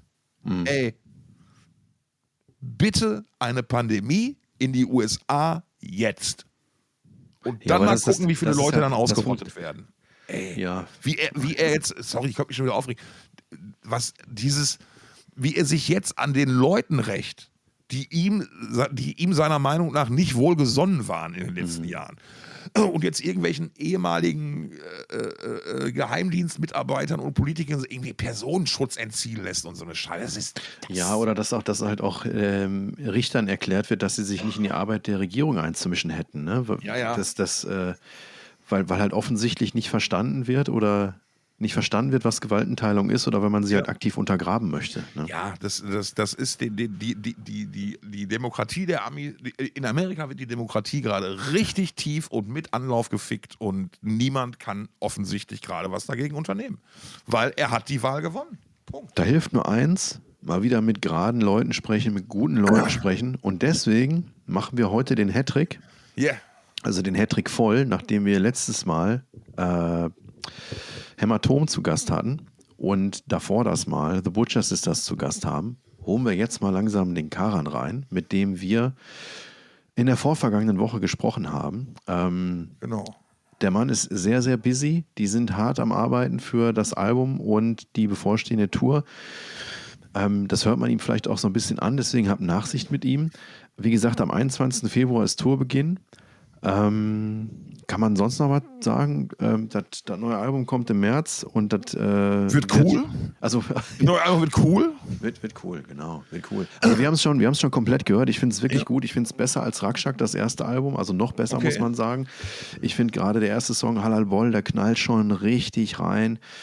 3 Singles sind bis jetzt draußen, auch alles schön. Insbesondere New Delhi, der letzte Song auf dem Album. Und ja, ich würde einfach sagen, wir schmeißen die Zeitmaschine an und Mats ab. Ich sag schon mal Tschüss an der Stelle, weil ich mich gleich früher verabschiede. Ne? Ja, stimmt. Er muss früher weg. Ja, so. Wir wollten eigentlich kurz bleiben. Jetzt haben wir schon eine Stunde gequatscht. Naja, Leute, seht es uns nach, aber habt da wenigstens mal was zu hören. Ne? Value for kein Money, Alter. Viel Spaß mit Karan. Jo. Thoughts of Chaos. Zeitmaschine. Welcome, Karan.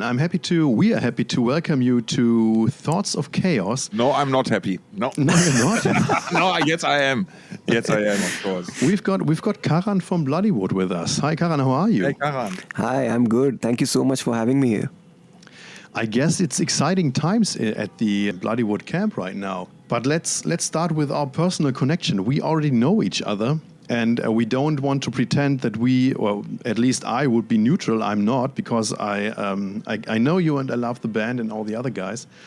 I first listened to the band back in 2018. I guess that was the time when Tunak Tunak and Ari came out, and same did all the other guys who did Dong Open Air back then. We all fell in love with your music, and I still remember being at Dong Open Air 2018. Just shortly after the festival. The festival was it was the Sunday after the festival, and we were about to leave from the site, or at least some of us. And we talked about next year, 2019, and we all said we gotta get those guys from India. We gotta have Bloodywood at Dong Open Air 2019. And so we sent an invitation to you guys, and you actually followed that invitation, and it turned out to be Bloodywood's first international gig and the start of the Rush Against the Machine tour at Dong Open Air 2019. And we were really lucky to have you all 3 days with us, and so we got to know each other a little bit. And that's still great memories for me. Well, Stephan, it's 2025 and this is the first time you're telling me about this story. I had no clue that you guys heard of us in 2018 and then decided to have us at that time. So, yeah, that speaks worlds about how less we get to speak. Yeah, sure. We only met once more. Right. Actually, last year, 1 year and one day ago, we just talked about that. Wasn't Karan actually featured in some of the content you brought back from your trip to India? Yeah. We released that on Thoughts of Chaos Instagram. That photo at the restaurant where we met. Right. And a great evening, and you stuffed our bellies with excellent food. And then you got Delhi Belly the next day, right? No, it was that was 4 days later or 5 days later, and then I sent a text message to Karan and asked for help. So Karan, you're off the hook. Then his Delhi Belly didn't have nothing to do with you and the place you Well, I think his body put up quite a fight. Yeah, I think so. Yeah. I think it was my mistake, because when we flew from Delhi to Bangalore, I stopped by at KFC's, which was a pretty stupid idea. Well, I'm not sure about that, if that was the cause, but well, one day after I got sick and enjoyed a lovely Delhi Belly. Well, I guess one from every travel party has to get Delhi Belly, otherwise it wouldn't be a trip to India. Yeah, but chiming in here, I can just underline that he is a massive fan of the band, because he's been telling me about you guys ever since, and how much he liked you and how much he enjoyed your performance at Dong Open Air. And he's been an avid supporter of the band ever since. I can just underline that. Oh, thanks so much, Stephan. I'll do my best. 30% incoming. So, and now I already said it's exciting times, because New Delhi, the second album of Bloodywood, is coming out on March 21st. Mm-hmm. And this is 8 brand new original Bloodywood tracks. And while we are recording this podcast, this interview, there's only 3 singles out. So actually, we already know the full album, thanks to Karan. Thank you very much. Mm-hmm. It is still a wild mix of metal, Indian folk tunes, electronic music, some industrial parts. Mm-hmm. And again, it's lyrics not only in English but also in Hindi, if I'm correct. And you are correct. And back in the day on the first album, you also had some Punjabi, right? That is true. And on the new record again? There is, there are usages from Punjabi. Mm-hmm. But for anyone who speaks Hindi, those words are way too familiar. I see. So it's a mix of mostly Hindi and English, but also a few phrases from Punjabi, and then we also have Urdu, and there might be even more languages. The thing is that we've got 300 languages in this country, and there are bound to be words that mean the same thing in multiple languages. So, our primary objective was to, of course, keep it as broad as possible, but we may have inevitably included several other languages too. Yeah, I think that's amazing because, I mean, in Germany, we of course have some dialects, but nowhere near that region. And I mean, I still find it amazing how much, and there even then in this rather small thing, there are so many local differences in what things are called. I even don't want to start to get Austria in the mix, and the Swiss who also call things completely different. But I mean, who should have known that an Ohrkatzelschworf is a fucking squirrel? I mean, I never. and I find that quite amazing that you guys somehow, it all connects back to the same language, obviously, then in a bigger sense. I don't think it connects all to Hindi. Because there are languages that are so different from Hindi that, there's absolutely no crossover as such.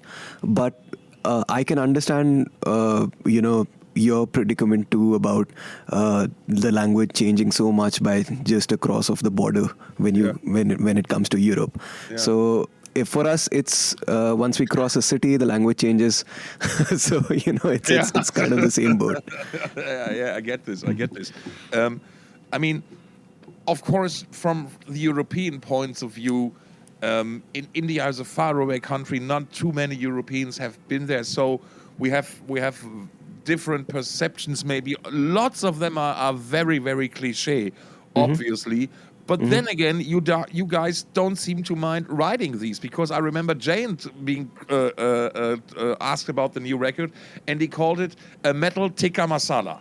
And it's just like it's okay. This is like you're not afraid of like using these what we think of cliches and just putting them and turning them around and using them in your context. And I think that's pretty cool, actually. Oh yeah, we're really not afraid of cliches that are not negative, because there's nothing negative about the phrase tikka masala, right? Nothing at all. So we're completely okay with it. Even our tour names, Raj Against the Machine, I don't see anything negative. I think it's quite funny. It was one of the funniest things I've heard that year. Really. Thank you. And with the non-vinyl and all that stuff, anything that's funny and has no negative connotation. Hang on, did I just hear non-vinyl? You put a record out with a picture of a naan bread or something? Yes, like that's true. Oh, I didn't know that. This is okay. I gotta have this. Period. I mean, I think if you Google a non-vinyl, it might just show up. Yeah, okay. Awesome. Yeah. And you had the 9-inch Naan tour, right? 9-inch Yes, Naans? we did. Yes. Okay, that's 9-inch Naans tour. And that's then fucking excellent. Thank you. And the next one's called Return of the Singh, which is a play on Lord of the Rings, Return of the King. So we got Return of the Singh. I thought it would be referencing Return of the Thing, like the thing of what this horror movie. Yeah, the Thing. Nice. Oh well, then there are two references we got. But Return of the Thing Rings is not. What's Return it? Of the King. Of the King. Return of the King, of course. Yeah, Yes. sorry. Yeah, that's but then more common, I guess. Then use that idea for another tour, like the Sing tour or something like that, or the Sing that should not be when you once support Metallica, maybe accidentally. I mean, those are all funny ideas, and and they're totally free of charge, man. They're totally free of charge. They go on top of Stephan's 30% deal. So, sound-wise, I think New Delhi is the extension to Rakshak, your debut from 2022. But I remember seeing a video where you said storytelling comes first with the band and then comes the music. So in the past, your storytelling circled around empowerment, for example, fighting depressions or fighting against sexual assault. Is there a lyrical concept to New Delhi, the new album too? The concept for this new album is more about the story about where we're from. So, you know, we're completely okay with it. Even our tour names, you know, Raj Against the Machine, I don't see anything negative. I think it's quite funny. I mean, I think if you Google a non-vinyl, it might just show up. And then the next one is called Return of the Singh, which is a play on Lord of the Rings, Return of the King. So we got Return of the Singh. it's more to do about how we came to be and what kind of made us. So it doesn't have a very, I'd say, global approach. It's a very personal kind of story. So, and it's not with every song. So there are songs that talk about very different things that have probably nothing to do with a hyper-local aspect, for that matter. But the primary theme of the album is, the story of where we're from, which is New Delhi, and, our culture in general. I see. Okay. Back then, I remember it was on Rakshak. It was also about creating positive spaces, but there was also some anger to notice. For example, I'm curious about the words. I'm quoting from Rakshak, like "Dana Dan" is the song. If words don't change them, grab them by the neck and bring them and bring the beat down. Haven't you been worried that this could be understood as a call for self-justice? Yes, we have thought about it. In fact, if you listen to any of our songs, they could be construed in any way that you'd like. It could be construed in a very negative way too, because Machi Basad is about expecting a riot, and a riot's not always a good thing. But where I'm coming from when I say that we write our music from a positive direction. And we come from a part of the world where the system doesn't always work with us. I know how things are very different in Europe or, in the West in general. But in our part of the world, it's unfortunate, but the law is not always on our side. And it's very easy to kind of buy your way out of it. So that particular song, you're talking about Danadan, right? Now, Danadan was, of course, a lot of the influence of that song is from our own personal stories. But I know for a fact that it's a global issue.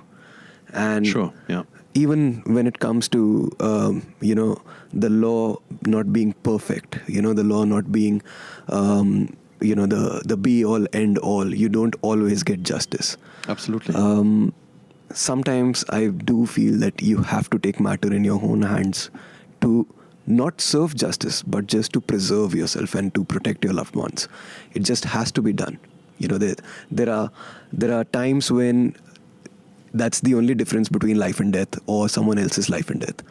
And that's where that anger comes from. Where while you're doing everything to protect your loved ones, you're paying your taxes, the system's supposed to protect you, humans are supposed to behave in a civilized manner, but not everyone believes in those concepts. And, when you're faced with someone who is starkly against all of these principles, it comes down to very, very primitive ways of dealing with things, which is, you just got to fight. I see, yeah. But then again, you only not talk the talk, but you also walk the walk, because as far as I know, besides putting out messages in your lyrics, you actually do offer some real support to social causes and various charities. I mean, I remember you gave away prepaid online counseling sessions for one video release. Yes. You donated earnings to foundations. I think local NGO in your that cares about homeless animals. Yes. And stuff like this. Yeah. Yeah. We don't believe only in singing about things and that'll change the world. I think action is very necessary.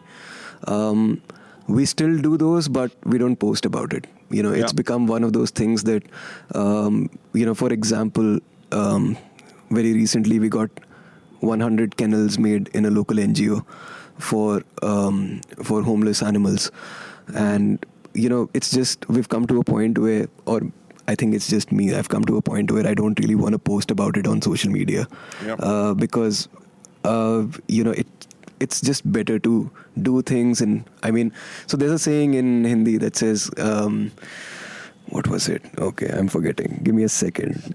It's called Neki Kar Kuएं में डाल, which means do something good and then throw it in the well, but throw the thought in the well, which means like don't talk about it. If you're doing something good, just do it and move on. Keep doing good things. You don't have to talk about it, or you don't have to gloat about it. Yeah. And in the past couple of years, I've been very disillusioned by social media and about posting things and making sensitive stuff public, I guess, things that could things that could be construed in many different ways. For example, if we do post about all the good things we do, it starts a conversation, these guys are virtue signaling, which is again a very negative discussion to have. It's always, I feel right now it's better to just do those things and not make a big deal about it, because you're already creating a positive change. There's no need to go out there and I don't know, blow your own trumpet, I guess. So I get it. But still there's something inspiring to it. Yeah, definitely. And I think it's interesting again because the European perspective is rather do good and talk about it, with the aim to make more people do more good even then. Right, I agree. But of course, I mean, your point of view is completely relatable. And I'm also having big problems with social media, except from things from my podcast or for our podcast. I don't post anything anymore because I just don't see the sense in it. It's really weird. And it was like there was a time when I used dating apps, for example, and that was like social media on fucking steroids, because then you be even more interested in and getting feedback from somebody and stuff like this. Right. And this was just, to me, it was not good, and so I dropped off of that really quick again. But yeah, I mean, social media is not the fun it used to be anymore. It's a very strange world we live in today. Yeah, it's very strange. That's true. Do you agree, Stephan? Yeah, for sure. Yeah. And I think, your perspective is a most interesting one because, you don't get to see the world from an Indian perspective that often. I think because at least here in the Western part of the world, if I may call it that way, we don't. Well, there's lots of media output from India. Of course, we know that at least. When it comes to Bollywood movies, Bollywood movies, That's the first time someone used that word the other way. Generally, we get called Bollywood. So yeah. But it's not that present. This perspective and this aesthetics and stuff and interpretations. Definitely. It's not that common around here, and I think, your music and your videos too are most. Precious. Yeah, it stands out. Thank you. Because that's the point that me and Stephan have been talking about a lot, also in the podcasts. There's so much. If you just look at like heavy music, okay, there is so much music coming out every week that theoretically you don't even have time to listen to all of that music in a week. That's true. So you have to find some way of like getting to the stuff that really interests you and everything like that. And as an artist, you have like the challenge is how do you stand out from all the rest, even though art should never be a competition, which is a fuck thing in the first place. And I think you stand out for just being you, because what you do is pretty original and unheard of just by being yourself. And that's I think that was very helpful in getting the vibe across to people. Thank you. We do take great pride in being exactly how we are on screen and off screen. We are glad that we don't have to put up an act in front of the camera or pretend to be, extremely confident or something like that, because we're not. We're very, Stephan would agree. We're like, we're very awkward people. We're very, I didn't experience that awkwardness yet. That's because you don't understand Hindi. True. But what he told me is that that he really likes your guys' humor. That's what he's been telling about every thank day. you. And you apparently have that kind of humor that goes right along Stephan's road, which is like burping. It just makes him fucking laugh. And you also incorporate like these kind of like funny things like voice distortion or the aforementioned burp and stuff like that. So I think what is Jane saying at the end of New Delhi, by the way? Because we haven't figured that out so far. That sounded quite funny. So it's really stupid, okay? Right up Stephan's alley. Right up Stephan's alley. I mean, you're probably not gonna laugh, and I don't even know why we kept it in the song. It's so fucking stupid. But basically, the room that I'm sitting in right now, it's where my studio is. It's inside my own house. And when Jayant has to record something, or if I have to record something, or Rahul has to record something, they have the room, all right? Yeah. No one else is in the room. So what Jayant is saying at the end of that of the song is, Karan, I'm done recording, come back in the room. So okay. So yeah, that's the usual. And I mean, there were some very questionable things that I'm so glad that we got rid of and we didn't keep. But yeah, the safe ones made it to the album. But who did advocate for those things that got off the record? Okay, so I think we just universally agreed, and it was not spoken about. I mean, it was just understood that a couple of jokes are maybe way too niche or way too stupid for us to put inside the album, which includes, mispronouncing words that turn them into abuses in Hindi and stuff like that. So, it's just fun stuff that if you put a bunch of guys together in a room and tell them to make music, it's inevitable, Yeah, someone's going to record a burp, someone's going to record a fart, someone's going to, do something right stupid. Right up Stephan's alley. So, got me.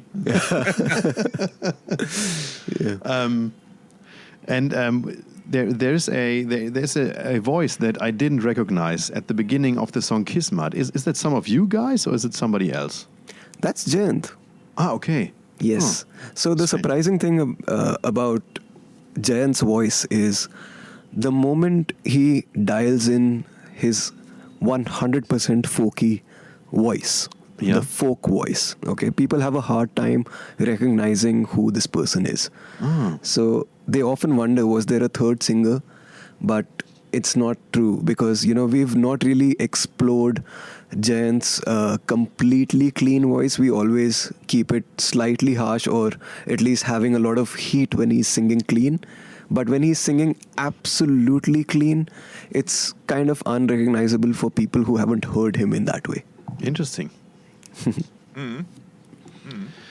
So I'm really excited. You got one guest on the album, or three guests to be accurate. You got Baby Metal with you in the song. What Beckhoff. was it? Beckhoff. Genau. Yes. Exactly. So how did that collaboration came to be? Okay, so we played Japan on the end of our 2023 tour. We played we played Osaka and Tokyo, and both. I think Tokyo was at the Spotify O East. They've got a venue called the Spotify O East.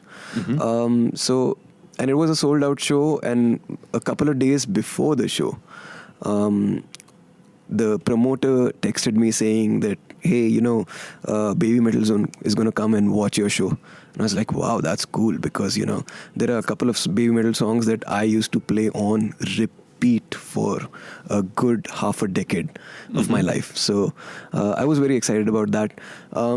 After, I think right before the show, about half an hour before the show, the promoter, Seikan, he brought in Kobayashi-san, Koba Metal, who's the producer of Baby Metal. And he came with, so many gifts. He got us like T-shirts, CDs, all this unique baby metal merchandise, and we were so happy about it. And we discussed a lot about the music making process and how things are, and he expressed his interest in maybe someday playing in India. And then I also shot my shot by saying maybe we should work on a song together. And at that time, he said, yeah, maybe. He wasn't very enthusiastic. And it's okay, because I'm sure every artist he meets says that to him, that we should work on something together. And I was like, okay, maybe it's probably never gonna happen. But when I started working on album 2, I remember making Bake Off and thinking that this song absolutely needs to have a baby metal feature, because it's such a anime song. It just felt like it's not our song, and people in that song, a lot of people wonder whether it's Koba Metal who gave the direction to the song. But the song was already made before he himself reached out one day on Instagram and said, hey, we should probably work on something together. And the song was made, Bake Off was made literally a day before I got that message. So it was, I was not a believer of manifestation, but after that I was like, yeah, it's true. If you think about it very strongly, it somehow just happens. Yeah. A match made in heaven. Yeah. But what about, I guess there are some lyrics in Japanese, right? Yes, there are lyrics in Japanese. I did not supply the Japanese lyrics. I only except for one particular line which I really liked within the chorus. But everything else they came up with in terms of lyrics. I only gave them vocal melodies and placements and rhythms. So they came up with the words to those melodies. And they knew the underlying concept of the song, of the song's lyrics. Yes, he did ask me for, what the song is going to be about, what we are talking about, and he got it translated to Japanese so that he understood it better. And, they also added to the song lyrically by sticking to the theme. Mm-hmm. Okay, cool. So I wonder, why don't we get some more Bloodywood music on that album? Couldn't it have been a little longer?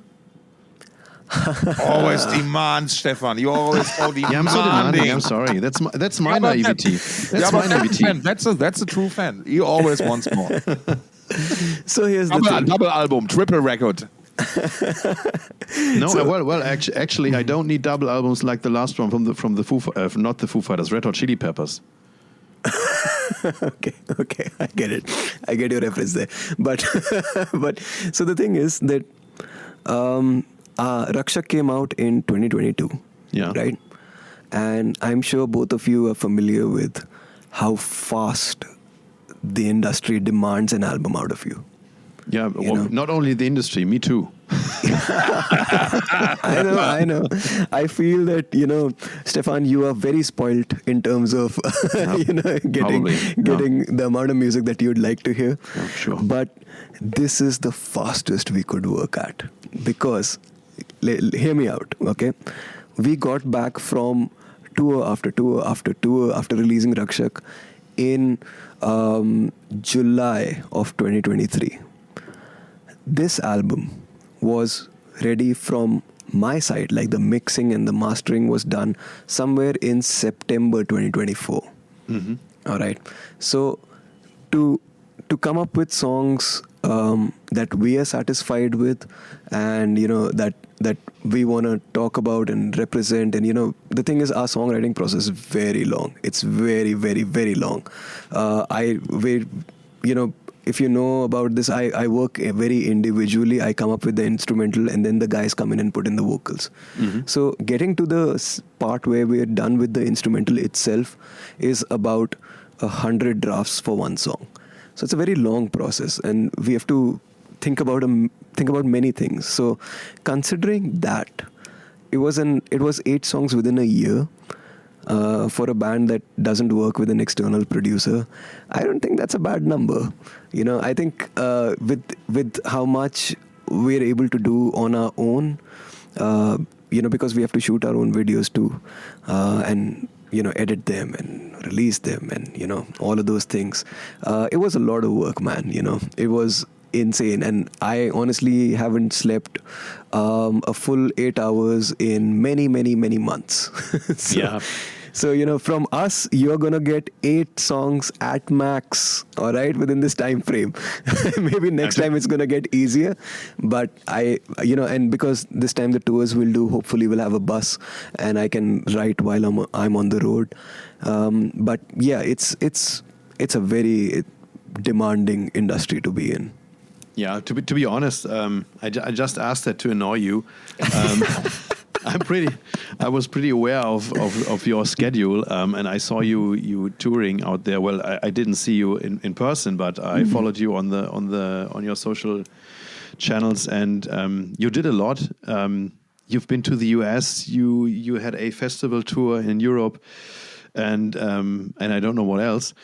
So yeah, I'm kind of surprised that the new album is out that early, but I still appreciate it, of course. Thank you. What you still do yourselves is the music videos, right? Do you still produce them on your own? Unfortunately, yes. We did not want to do it this time because it was going to be way too stressful. I knew that, I can't do so many things at the same time. And there's an interesting story to this because we spoke to a team of industry professionals who were very enthusiastic about doing the videos for us. And, I told them to do New Delhi, but a week before the planned shoot, they gave me a budget that was thrice of our allocated budget to them. And this was a week before the shoot. So I told them, all right, we'll probably have to do this on our own. We don't have that kind of money. I'm going to give you this next video called Tadka. Do this, please, within the budget. And they were like, okay, cool. We'll shoot this in November, this date, that date. Come to Mumbai, we'll shoot it there. And we booked our tickets, we booked our hotels. And then the same thing happened, a couple of weeks before the shoot. They gave me a budget of somewhere roughly close to 2 times or 2.5 times the budget we allocated. And that's when, I lost faith again in giving a very important part of our art for someone else to deal with. And we had to go do this on our own again. And I'm happy to say that, we were able to get those videos done within the budget that we expected. And I feel that they were the best videos that we could have made anyway. No other team would have done it this well, and I really like them. Thank you. The only thing is that, I've probably aged 5 years in the last 1 year because of all of this work. So, that's the only giveaway. So, that's where we are at. So we still, coming up with our own concepts, holding the cameras, running to shoots, managing everything. It's still very in-house, and I don't see that changing for a very long time. The only video we didn't do was Bake Off, which was entirely animated. Yeah. And I'm so glad that, Deb Jyoti, the guy I trusted with this video, he really delivered. How did that idea came up? So because it was a baby metal collab, the song was also very, very anime. It sounds like an anime opening theme or, a boss fight theme and all that. It literally screamed for an anime video. And, we knew that if we do this, if we get something animated, the video is not going to do well. Okay, because animated videos don't do well. People prefer to watch the band perform in music videos rather than see an animated version of them, doing something else or, something else entirely in animation. But we did it because it just felt right. It felt like the right thing to do. It felt like it would become a part of, Indian metal history or metal history in general. And when people have to think about ideas in the future that, I wonder if, we can make a metal song and have an anime video. They'd reference this video and then come up with something better. So that was the whole idea behind it. We were focused more on the art aspect of it than on the appeal aspect of it. That's a great thing to do, I think, because it brings even more diversity to your art. Yes. What I wondered is, what is that huge place to be seen in Tatka? So that's what we call a banquet hall. That's where if you book a banquet hall, you book it for a marriage. So it's a marriage hall. And if you know, you've probably heard about how grand Indian weddings seem to be, Yeah, they but go only because of the music video to Ari Ari, where you kind of took over another wedding setting, right? Yes, we did. That was very funny, and thankfully the wedding hadn't started or none of the guests were there. They were just building the place up, and we just went there, shot, and ran away. Indian weddings tend to be very grand. Everyone wants to seem like the king or the queen. At least the bride and groom want to be seen as, the prince and the princess or whatever. And, people spend an insane amount of money, which they probably don't have at Indian weddings. And I'm so not in favor of that concept.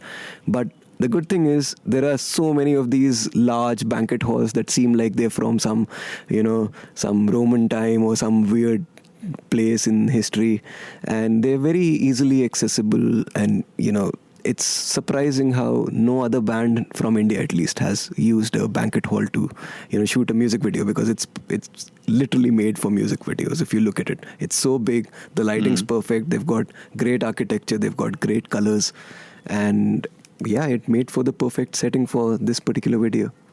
Awesome. Yeah. And you got that female chef in the video, and I asked myself if she's somebody popular. I think she's done a couple of soap serials, but we didn't really look for someone popular. So the person a friend of mine, Kushagra, who helped us out with these shoots, who held the camera when I was in the shot, who ran around with us throughout New Delhi, throughout Tadka, and who handled the camera himself many times. He used to be an actor in soap serials in India. So on the very last day of the shoot, a day before the shoot, we couldn't find an old motherly figure, because none of our moms agreed to play that role. They're very camera shy. So I just asked Kushagra, hey, you've been an actor, we're looking for an old woman, who seems like a motherly figure, and, or a grandma figure. Do you know any actors in Delhi, actresses in Delhi who could come to the shoot, help us out, And he said, yeah, and within 5 minutes he found out about this actress, and she agreed. So there's some fame there, but it's more, I'd say it's more of a circumstance thing that, she ended up being there in the video. Okay. But you got somebody really popular from that area, from that area of the world, you got to say. You got Carl Rock in New Delhi, this influencer based in India, but originating from Australia, with more than 3 million followers on YouTube. That is true, and I think he's from New Zealand. New Zealand. I'm so sorry. Right. Yeah. Okay. Yes. So I'd seen Carl Rock attending many metal festivals. Yeah. I've been watching his videos since I think 2016 or 2015. I met him at Bangalore Open Air. Oh, you did? All right. Yeah. All right. Yeah, he's a great guy. He's a great very guy. Nice. Yeah, and again, like a day before we were going to shoot the sequence in the metro. We call the train looking thing, we call it the metro in Delhi. Yeah. So a day before we were going to shoot that sequence, this idea just randomly came to my head. Hey, why not we call all of these, important people within the Delhi scene to come and be a part of the video. If they want to be, it'll be cool, because it's a song about New Delhi. And everyone we asked agreed. So, Carl literally so Rahul shot him a message, and Carl said, yes, I'm in, let me know what time I'm supposed to be there. And he was exactly there at that time, and we got his shots within like a couple of shots, and he was very happy to be a part of it, and we've been speaking on a personal basis ever since, and he's been very supportive. I would argue that he's probably even more Indian than I am. Because he's been to so many parts of India, and he knows so much about the culture. He would probably school me about how to be a better Indian any day. He's a great dude. Yeah, when I lay in bed with Delhi Belly, I watched his videos, and I was pretty amazed. So, what is your favorite track of New Delhi? And why? My favorite track is Kismat. Yeah, that's my favorite track. Because? Well, while writing the album, you fall in love and then you hate every single song, right? That happens. It just always happens. You're constantly confused about which song's the best, which we should put out, which we shouldn't. Kismat was the only song where I did not question it even once. It just felt so right. Oh. And it's about a topic that's very, I'm very deeply attached to this topic. So Kismat speaks about kids who had to grow up faster because life threw some things at them that they shouldn't have dealt with at that early age.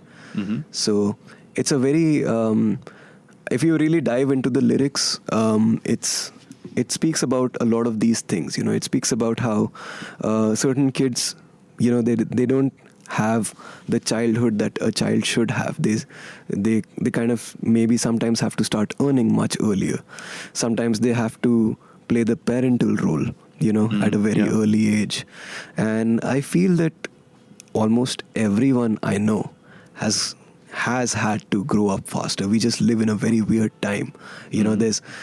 I know maybe one person who's had a normal childhood, or maybe two, but everyone else has dealt with something or the other that has forced them into, growing up faster and picking up responsibilities that were way ahead of their age. So it's a song that gives and that tips their hat to those people, and so also it just sounds good to me. It's a song that it just sounds good. Everything just flows well for me. That's just my personal opinion. I'm sure the guys have their own personal favorites, but that one's my personal favorite. Was there something that made you where you did have to grow up early? Oh yes, 100%. How do I say this without getting very personal? Let me think about it. Take your time. Well, I'd say that, it's just if you're a millennial in India, right?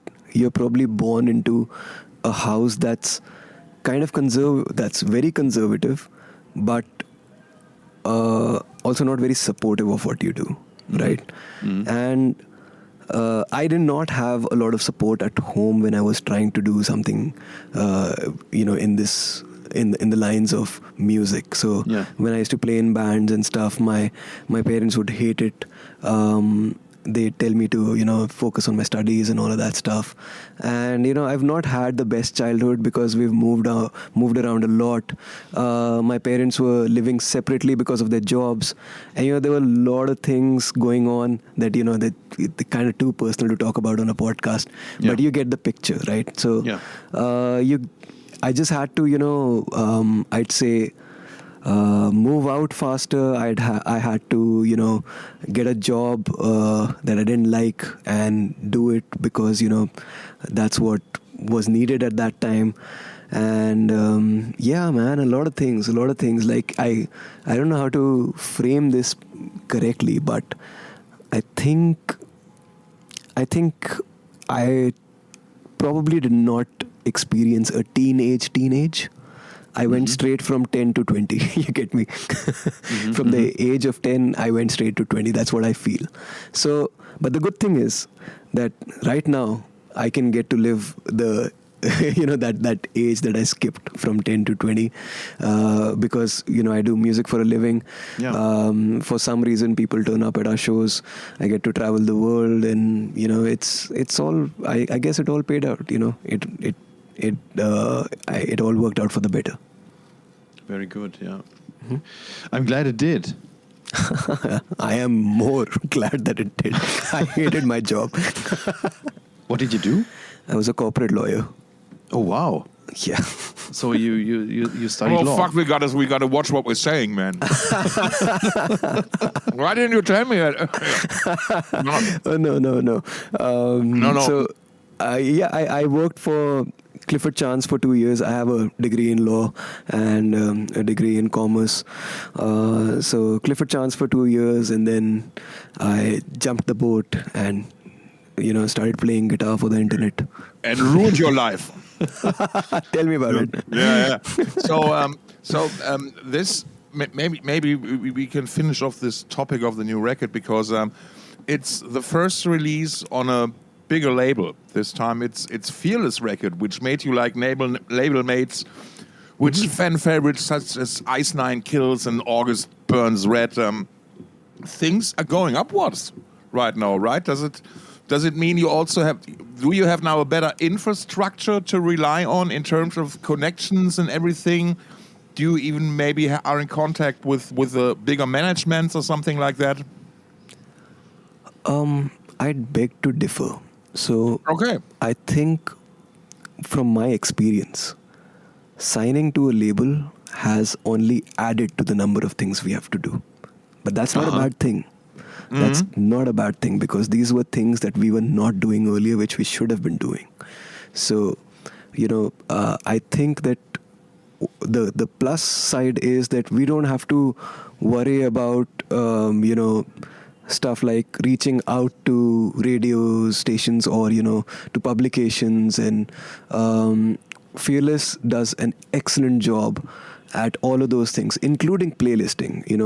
We got on the cover of editorial playlists twice, and we got into playlists that we never even dreamt about. So, which is a big deal for us, because no other band from India was even on any of these playlists, let alone be on the cover of it.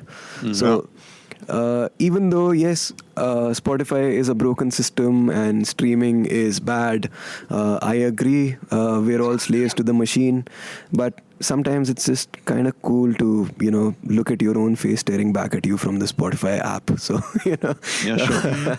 So those things Fearless has been excellent at. They're very supportive of, letting us do our thing. So, for example, with both New Delhi and with Tadka, because we got fucked over by the other team. Can I curse on this podcast? Is it sure? Okay, of course. Sorry. So because we got fucked over by that video team, the videos were delivered to them. Tadka was literally ready a day before the release. So, which is why a day before Friday, on Thursday, we released the trailer and the premiere link to Tadka. Now, labels I don't believe labels function like that. They have a very hard deadline on your deliverables. If they said that a video is supposed to be ready by this date, you're supposed to be ready with the video by that date. But Fearless they always had our backs. Whenever we told them, listen, there's some problem, we have to do this on our own, they were like, guys, do whatever you need. If we have to, we'll release the song without the video, we'll put out the video later. We just want you to do your thing and be comfortable and be happy with what you've made. And I'm very glad that, they're those kind of people. Because we've heard horror stories about labels, and that's why we've never signed up till this point. It just worked out so well for us. I hope it keeps working out well in this direction. But yes, coming back to what you asked, Tom, there are connections that the labels have. I am sure about that, which is why we get on playlists, which is why we get on, magazines, which is why we get on radios. The good thing is we don't have to build those connections, because that's a very tiring process. The label does that for us, and that's a big plus. Besides that, our work has definitely increased because we have to look at stuff like publishing and, all of that stuff, which we never looked at earlier. It's a lot of contracts, a lot of confusion, but, hey, it's all for the better. Good problems to have. Yeah, definitely. It's an interesting point of view, because in this modern day and age, DIY always seems like a good option, but I think history shows us that you can only get to a certain point. And that's totally fine if that's what you want to do. But if you just want to do music full time, maybe, or live off your art, so you don't have to do a side job or anything like this, you have to go some extra miles for this. And I think it's very refreshing that somebody definitely from the newer generation of bands goes like, look, a label is not a completely bad thing. Still, it has the right label. Yes. The right label, of course, of course.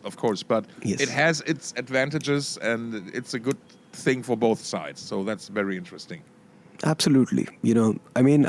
I'd say that we were still kind of living off our music. Like this is all we do. The band is all we do. We don't have any side jobs. We don't have any side gigs. Since when? Since when is that the case? That is since 2019, the magical year when you called us to Dong Open Air. Yeah, for sure. Dong made it happen. Yes. Dong and Wakan both. Honestly, we like Jayant was doing something on the side, but I wasn't doing something on the side since I quit my job. And I just, I had enough savings to get to a point where our music made enough money for us to survive. And coming back to what Tom said, I would say that you can survive off your music independently. You can do that. A very great example is set by rappers. Rappers stay independent even while they're playing arenas and huge, massive shows. But I would say for metal bands, there definitely is a threshold to which independence can take you. After that, I would argue that the right label is kind of necessary. How did you get to Fearless? How did we get to Fearless? Okay, so what happened was when we were going to release Rakshak back in 22, right before the release, after we dropped a couple of singles, we got every label sent out an email to us, and we sat down with all of them, and we did not like any deal at all to release Rakshak. And after that, after Rakshak's release, we had this solid base that's always going to be ours. You get me? So we have this foundation that no one can take away from us. So even if we sign to the wrong label for the next album, maybe next couple of albums, we still have something to, soften our fall, which is Rakshak, After Rakshak released, we had people from many labels coming to our shows and asking us if we can set up a meeting, if we can talk to them. We in fact had one particular label call us to a very, very fancy place, and it was a very good time. It was a lot of fun. We did not work with them, unfortunately, but so we knew that if we if we go to labels right now, they will very much be interested in what we're doing.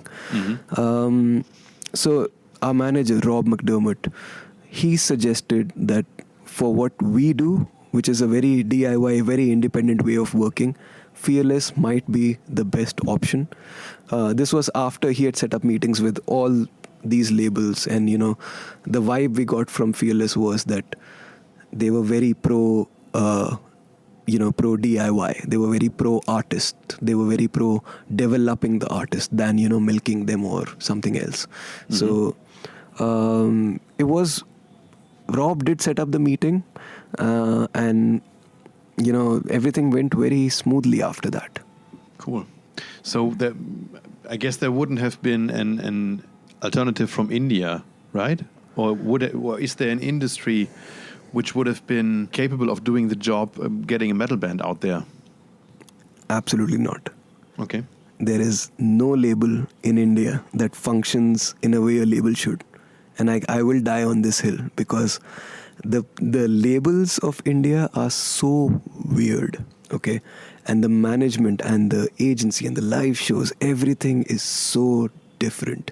You have to be here to understand how it really works. It's like a world of its own, you know. You do not sell merchandise here. That's not how bands make money. Bands don't make money. The only way bands make money is if you become famous by being a part of some Bollywood soundtrack, or you've had some sort of independent viral hit, and then you play shows and you charge an insane amount of money. I've not seen bands charge that in Europe or US. It's so weird. The amount of money that shows will pay you in India is huge. It's unbelievable. Okay, so bands generally survive off live shows, and they sell their music entirely to labels. And labels do, in my opinion, Indian labels do a very bad job at global distribution. Mm-hmm. Also, publishing just doesn't exist. So there's that. Mm-hmm. So it's a very weird system. It's kind of, it has its own rules. Your manager is also your booking agent, is also your, I don't know, like it's an all-inclusive thing. It's strange, man. It's strange. But wouldn't it be the easiest thing to do, to produce your own merchandise and sell it at the shows? There's no one to buy them. Okay. Merchandise doesn't sell in India. Uh-huh. So, to give you an example, we sold 100 T-shirts at the biggest festival of India, which is Bandland. We played right before Avenged Sevenfold, and we only sold 100 T-shirts. And I think the audience was somewhere close to 20,000. Wow. Yeah, and everyone was raving about it. Everyone loved it. Everyone loved our show. But that's the number that we sold. And I remember at Dong Open Air, that was our first show ever internationally. We had no clue whether people are going to like us or not. And if I remember correctly, we sold 180 T-shirts amongst 2,500 people that were present at that time. Yeah, so you look at the difference here, right? Yeah. You look at the scale. Also, the T-shirts that we print here and at the price that we sell, okay? And after the festival cut, which is 30%, by the way, the festival took 30% off the T-shirt's cost. The T-shirt's price. Mm-hmm. After selling 100, and so let me disclose this figure to you. We played 2 festivals where we sold T-shirts a couple of months back. We sold a total of 180 T-shirts, and the profit that we made on 180 T-shirts was less than $100 in total. Whoa. That's less than 100 euros in total. So I don't understand, but I see. Yeah. The margin doesn't exist. The market doesn't exist. It's not a merchandise heavy market. And mm-hmm. India's not the only place that's like this. Mm-hmm. Most Southeast Asian countries are like that, not very heavy on merchandise. I've heard that South America is also not very heavy on merchandise. I might be wrong, but I've only heard that it's just it's a thing, I read a press quote which said, "In Bloodywood, India has its great metal crossover act once again." What did they mean with once again? Has there ever been another great metal crossover act from India? Oh, wow. I have no clue. Which article is this? I saw that headline in one of your videos. I don't know if it was from the Rage Against the Machine documentary or the Expect a Riot documentary. But there's a part in this video where you feature different online and newspaper articles, and one of them said, "In Bloodywood, India has its great metal crossover act once again," and I really wondered what that meant. Oh, wow. Always the eye for detail, Stephan. Always the eye for the detail. Nice one. I have to look into that one because I don't know which band they're mentioning. But I will say that we're not the first band to use Indian folk instruments or the sound of folk music of India and merge it with metal. bands have been doing this for a very long time in India. Okay. We just got lucky because we got it right. Yeah, I guess YouTube plays a role in that. YouTube does play a role, 100%. I'd say some songwriting choices also play a role. But for sure. So, YouTube does, we hit the market at a very right time, Facebook wasn't blocking views at that time. If you shared a YouTube link on Facebook, it wasn't blocking it, If you uploaded a video on Facebook, it wasn't blocking it from, from reaching new people. It was basically the TikTok of our time. Right, and I sound very old by saying that, but it's true. So somebody said the other day, I got diagnosed by a real doctor, not on Facebook but on TikTok. I was like, what the fuck, man? Right. So we got lucky with our timing. We got lucky with our sound. To give you a couple of examples, there's another band called Pineapple Express, which, I mention in almost every interview that I give, that they have excellent music. They merge Indian elements very seamlessly into what they do, and I love what they do. Then there was a band from Delhi itself back in 2009 that was called Nigam Bodh. And they had some very interesting music that merged metal with, very folk Indian stuff. So then, there's from the south, there's the Downtrodens, which, merged elements of South Indian folk music into metal. So bands have been doing this for a long time, and they will continue to do this even after, we've retired. So it's nothing new. We just got lucky, man, That's really it. Let's enjoy it. That's pretty humble. That's pretty humble. I like that. Well, it's true. We're all entertainers. Some of us get lucky, some of us don't. Yeah. Yeah, there's just FYI, I will drop out right now because this is a good point now because I got to get back to work by 5. But you guys, please continue this interview, right? All right. All right. Just was a pleasure talking to you, man. And Stephan, please feel free to continue. Thanks. Likewise, Tom. All Great right, speaking see you to in a you. bit. Bye. See ya. Bye. See you. Yeah, I still got some questions on my list here. All so right. if you got the time. Yes, let's go. That's great. You once said Bloodywood wants to change stereotypes of Indians seen from a Western perspective. Can you explain what do you think these Western stereotypes are? Right. Okay. So, this is something that I've been noticing since 2020, since after the pandemic. Okay. This is a thing about the internet. Okay, the internet will choose one ethnicity and make fun of it for a particular period of time, and then move on to the next ethnicity and make fun of it for a particular period of time.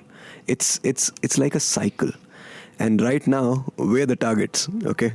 And it's funny because the amount of hate that, South Asian communities or Southeast Asian communities or the Indian community is getting right now is at its all-time high.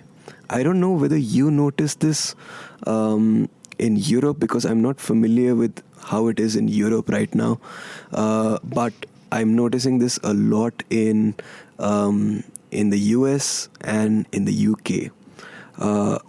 Now, to start things off, we don't have TikTok in India. TikTok's banned, right? But we have a lot of spillover people from TikTok on Instagram who have been, I'm from what the trend is showing. What happens is people come to India, or they don't, they just rip off someone else's video, and they make videos of the dirtiest, poorest streets they can find, and then upload the video, and then they say, I made a mistake coming here, or don't come here, India's a shithole, etc., etc., and then the comments are full of people just adding to it. Delete India, okay, let's get rid of India, and stuff like that. And the thing is, hey, I'm not disagreeing. We've got a lot of problems here. Okay, and Stephan, you've been here. you've seen how it is, right? Yeah. There are a lot of dirty places, for sure, okay? But there are a lot of clean places you can go to. I've seen a lot of the opposite, actually. Yes, and the thing is, what gets you views and engagement is the bad stuff. It's not the good stuff. If you post something nice, no one's going to talk about it, The algorithm is made to spread stuff where people are hating each other, or, they're hating on something common, or, it's about funny stuff, or, racist stuff like that, This trend that I'm noticing right now is they're targeting the entire Indian demographic as one. Okay, they're painting India with one color. Okay, that means it's dirty, it's bad, it's unhygienic, and you're probably going to die if you come here. So that's the stereotype that we're fighting against right now. Which is why we have a song on our album that talks about Indian food. Okay, which is why we have a song on the album that talks about New Delhi. Now, New Delhi, if you dive into it, we're not saying it's the best city in the world. Okay, we're saying it's a dangerous place for sure. But we're also saying that, if you know how to navigate yourself, you can do wonders in this one city. Yeah, we had a great time, absolutely, and in just 2 days, it was amazing. Thank you, Stephan. So, it's something that I've been noticing since 2020, and it's something that's deeply personal to me.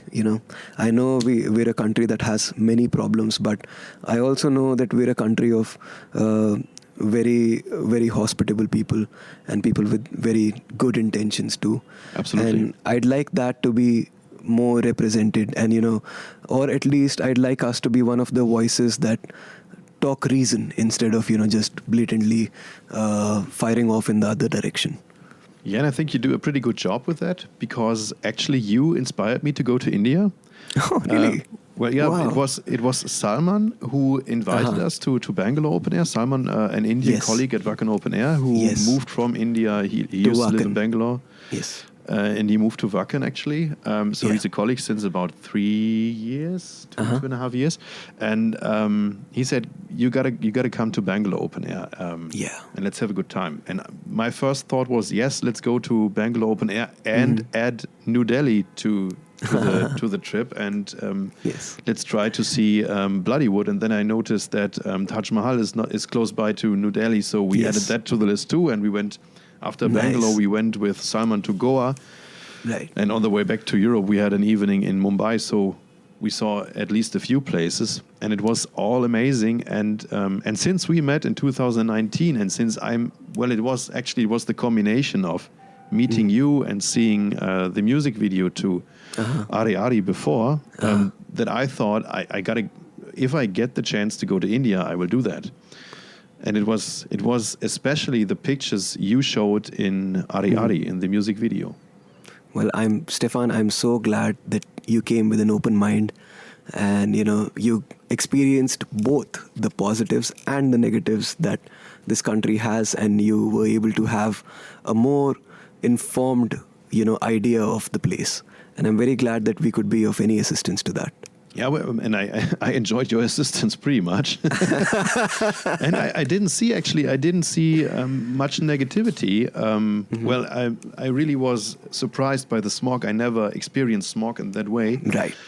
And it was really, even weeks after I got home, my clothes still smelled of smoke. Had the smell. Yeah. After many laundries, and I really was impressed by that.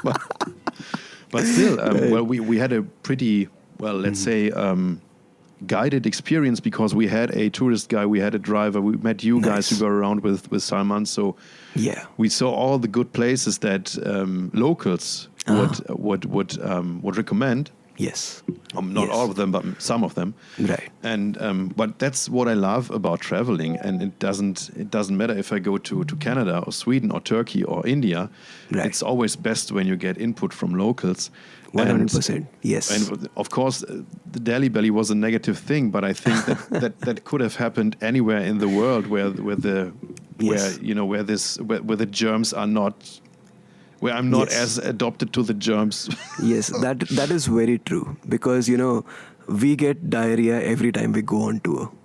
It just happens because, you're not used to the biome that exists in that part of the world. Yeah. And you can eat as clean as you could, but you're still going to get sick, and we eat very clean when we go out. We still get sick, and that's normal. It's called the traveler's flu. What's it called? Something like that. Traveler's disease, I don't know. Yes, something like that. Traveler's bug or something like that. But it's the normal process, and it just happens everywhere. Yeah, and I loved the food, actually. That was the worst thing about Delhi Belly wasn't the sickness, but not being able to get more of that food. I feel you. Yeah, it was a great time. It was a great time, and I were you able to explore any of the south at all? Well, only Bangalore, but we didn't see much apart from the festival. No, I wouldn't say so. No, well. Okay. Well, the next time you come to India, please let me make your itinerary. Okay. Yeah. Sure. I'd love because you to do there that. are places that you're not gonna believe exist, not just in India but on Earth itself. Yeah, for sure. Yeah. For sure. And this is what I meant in the beginning. That it's so precious to get to know perspectives from the other side of the world, because you don't know them actually, and they will. That's true. They will enrich your life actually. That is true. That is very true. Raul is actively supporting an initiative called No Flag, and Bloodywood is also a follower of that initiative, which is at least on Instagram. I don't know where else, and it has the slogan "Humanity before nationality." Right. Can you tell something about that? So I'm not the right person to talk about No Flag because that's Raul's project. Okay. Excuse me. So as far as I know, Raul's belief is, of course, humanity before borders, and thinking of humanity before your identity, before your nationality, I guess. But these are two separate projects. Bloodywood is a separate project and No Flag is a separate project. Okay. The overlap is in our music to the degree to which our ideologies align. Because there are many things that I do not agree with Raul, and that's fine. Because you can't always have the same ideologies within the band, and it actually is a good thing to have differing opinions on many things, because I think out of great debate comes great art. So there are things that that Jayant does not agree with and I agree with, So we've got our own set of ideologies, and Raul's set of ideologies has a name, which is No Flag. And, where all three of our ideologies intersect is where Bloodywood happens. Yeah. Okay. Bloodywood started out as a duo, right? It was just, in the beginning, it was Jayant and you. Yes. And you recorded cover versions of already existing songs, merging them with metal, and releasing hilarious videos on YouTube to that. Yes. Has it always been the plan?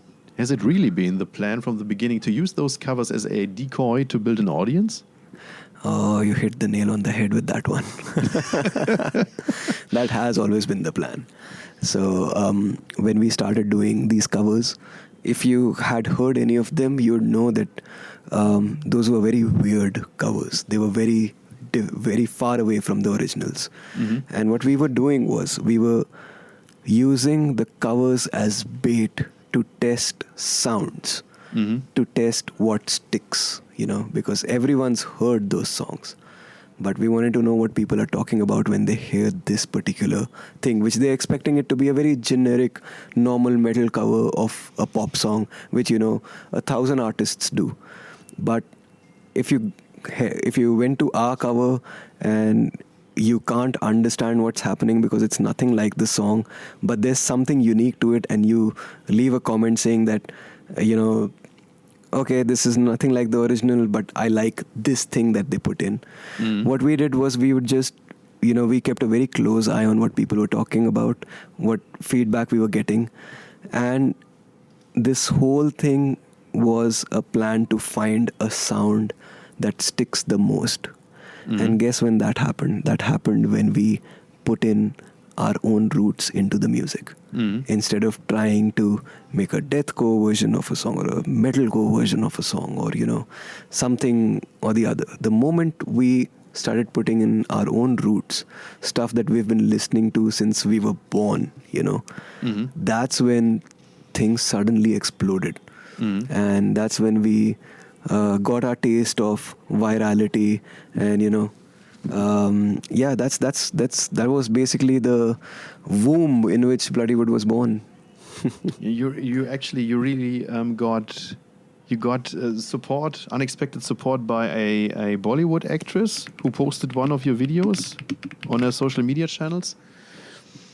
Yes, that was Ileana de Cruz. Now that I think of it, it didn't really convert a lot of people to us because because that really doesn't do a lot. And I've realized this, that when celebrities share your stuff, if they're not from your industry, it doesn't mean anything if you're playing metal. So if a actor or an actress shares our music, the actor or actress's followers still don't understand metal. I see. So again, the whole influencer thing and all, I don't really believe in it unless there's a very strong crossover. It's a great nod of appreciation. We love that, and in fact, New Delhi had many actors and actresses, legendary ones from Bollywood, sharing the song. But there wasn't a lot of conversion from that, and that's fine. We now look at it as appreciation from people who've created their own legacies rather than events that would increase our audience. So now, at the point when we are talking, the return of the Singh tour is about 2 weeks away. It's about 2 weeks until it starts, and you will hit the EU, UK, and a bit later on Japan. The release of the album is only a few weeks later. So, if I'm right, the release has been postponed, right? No. So the release is actually happening while we're on tour. But didn't you want it to release in February first? We did want to release in February first. But what happened was we had a lot of issues with the timing of songs. So our initial plan was to release Bake Off as the last single of the album and release the album with Bake Off. But Baby Metal weren't happy with that because they have new songs coming up and they wanted to, not have overlaps, which, we don't want either. We don't want another Baby Metal song coming up when we have a feature coming up, right?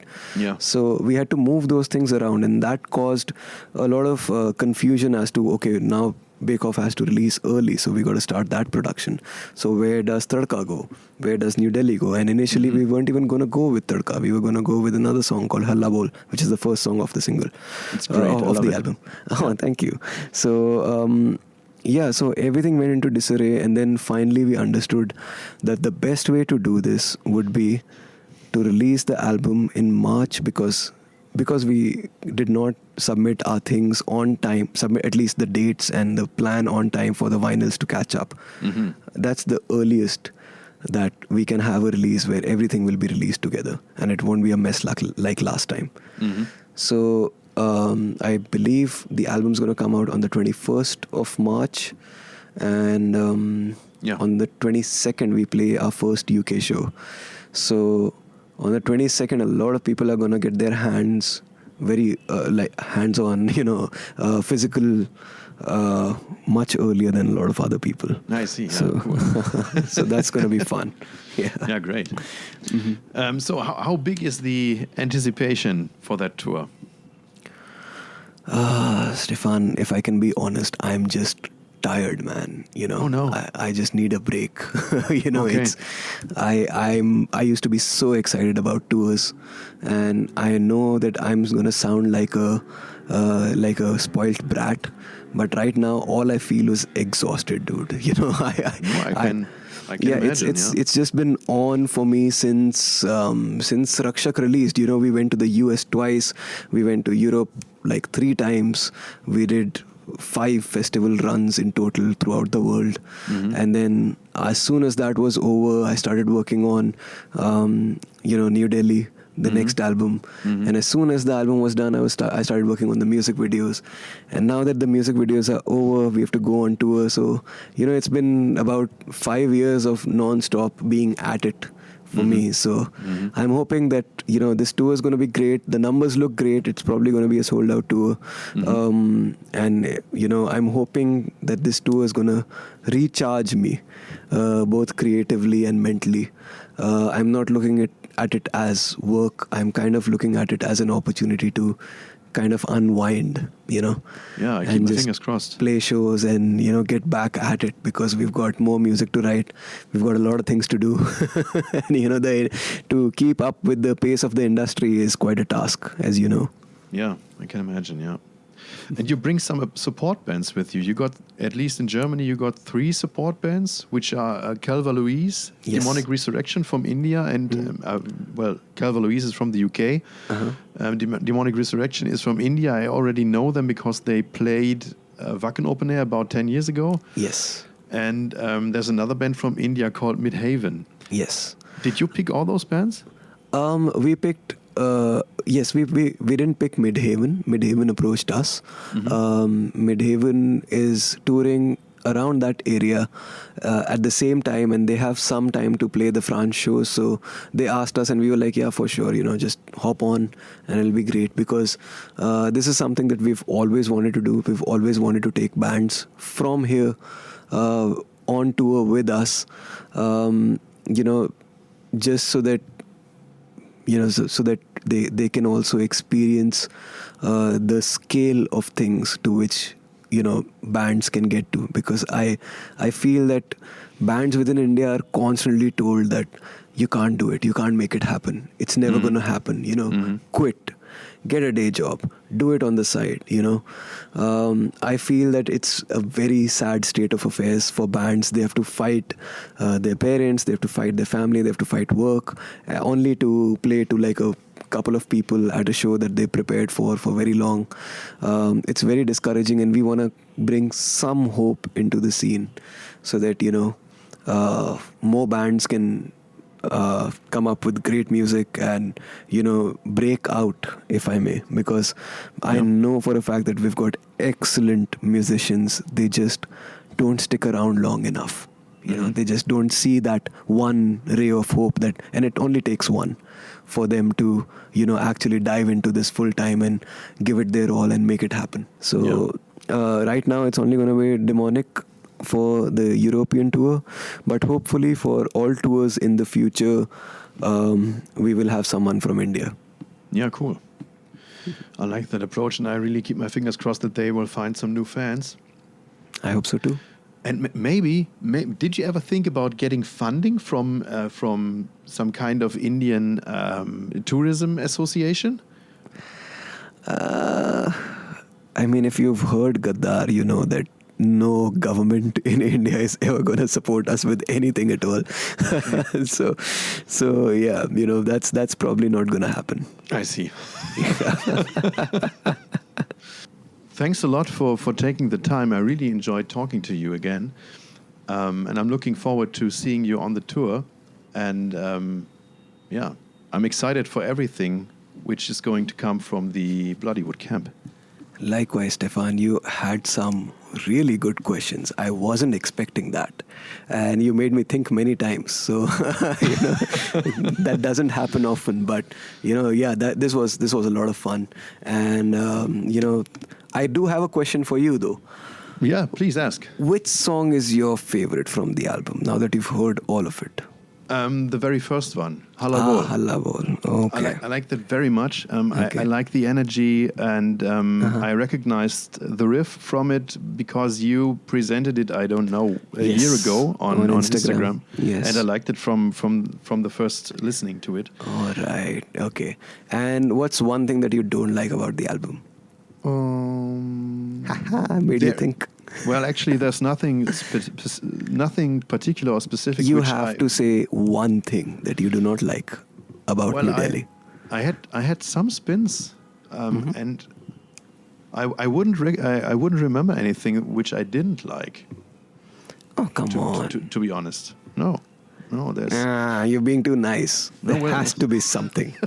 Well, let me look again at the track list. Maybe I can remember something which I didn't.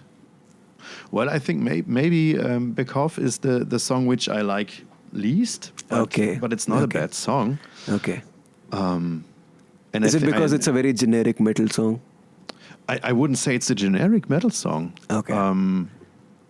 I think it's even maybe the most polarizing because of baby metal in it. I see. But that's nothing bad. I really love what's the name of the song? Do you know Electric Callboy, the band from Germany? Yes, I'm very well aware of them. Yes. And they have a collaboration with Baby Metal 2. Yes, and I can't remember. It's called Yeah, Ratata. exactly. Yes. Yeah, exactly. And I love that song, despite or maybe because of Baby Metal. So it's not about the polarizing thing, but maybe in my ears it's maybe least exciting. I guess. Okay.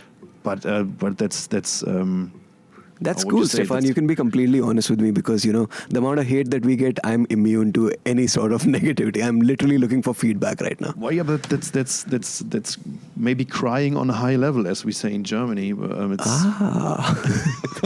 That was a bit rough, Stephan. No. That's I'm kidding. No, it got lost in translation. What I meant is complaining on a high level because there's nothing really to complain about. Right. So it's not that much negativity. Oh man, I thought you were getting spicy there for a second. No. I just didn't find the right words. I mean, I'd be okay with that too, all right, cool. I'm glad you enjoyed the album, and thank you for your feedback. I really look forward to that because I know honest feedback is hard to come by, and I can expect that of you. Yeah, well, I'm welcome to give you any feedback. Just send me the new stuff. Just send me the hot stuff. Yeah, thanks for your time a lot. Thank you so much for having me. This has been a lot of fun, and I'm looking forward to the release of this episode. Yeah, and I think I can speak for Tom as well. He liked it very much too, and I will drag them to one of your shows if I can. Excellent. All right. Okay, so I push the stop button. Say goodbye. Bye.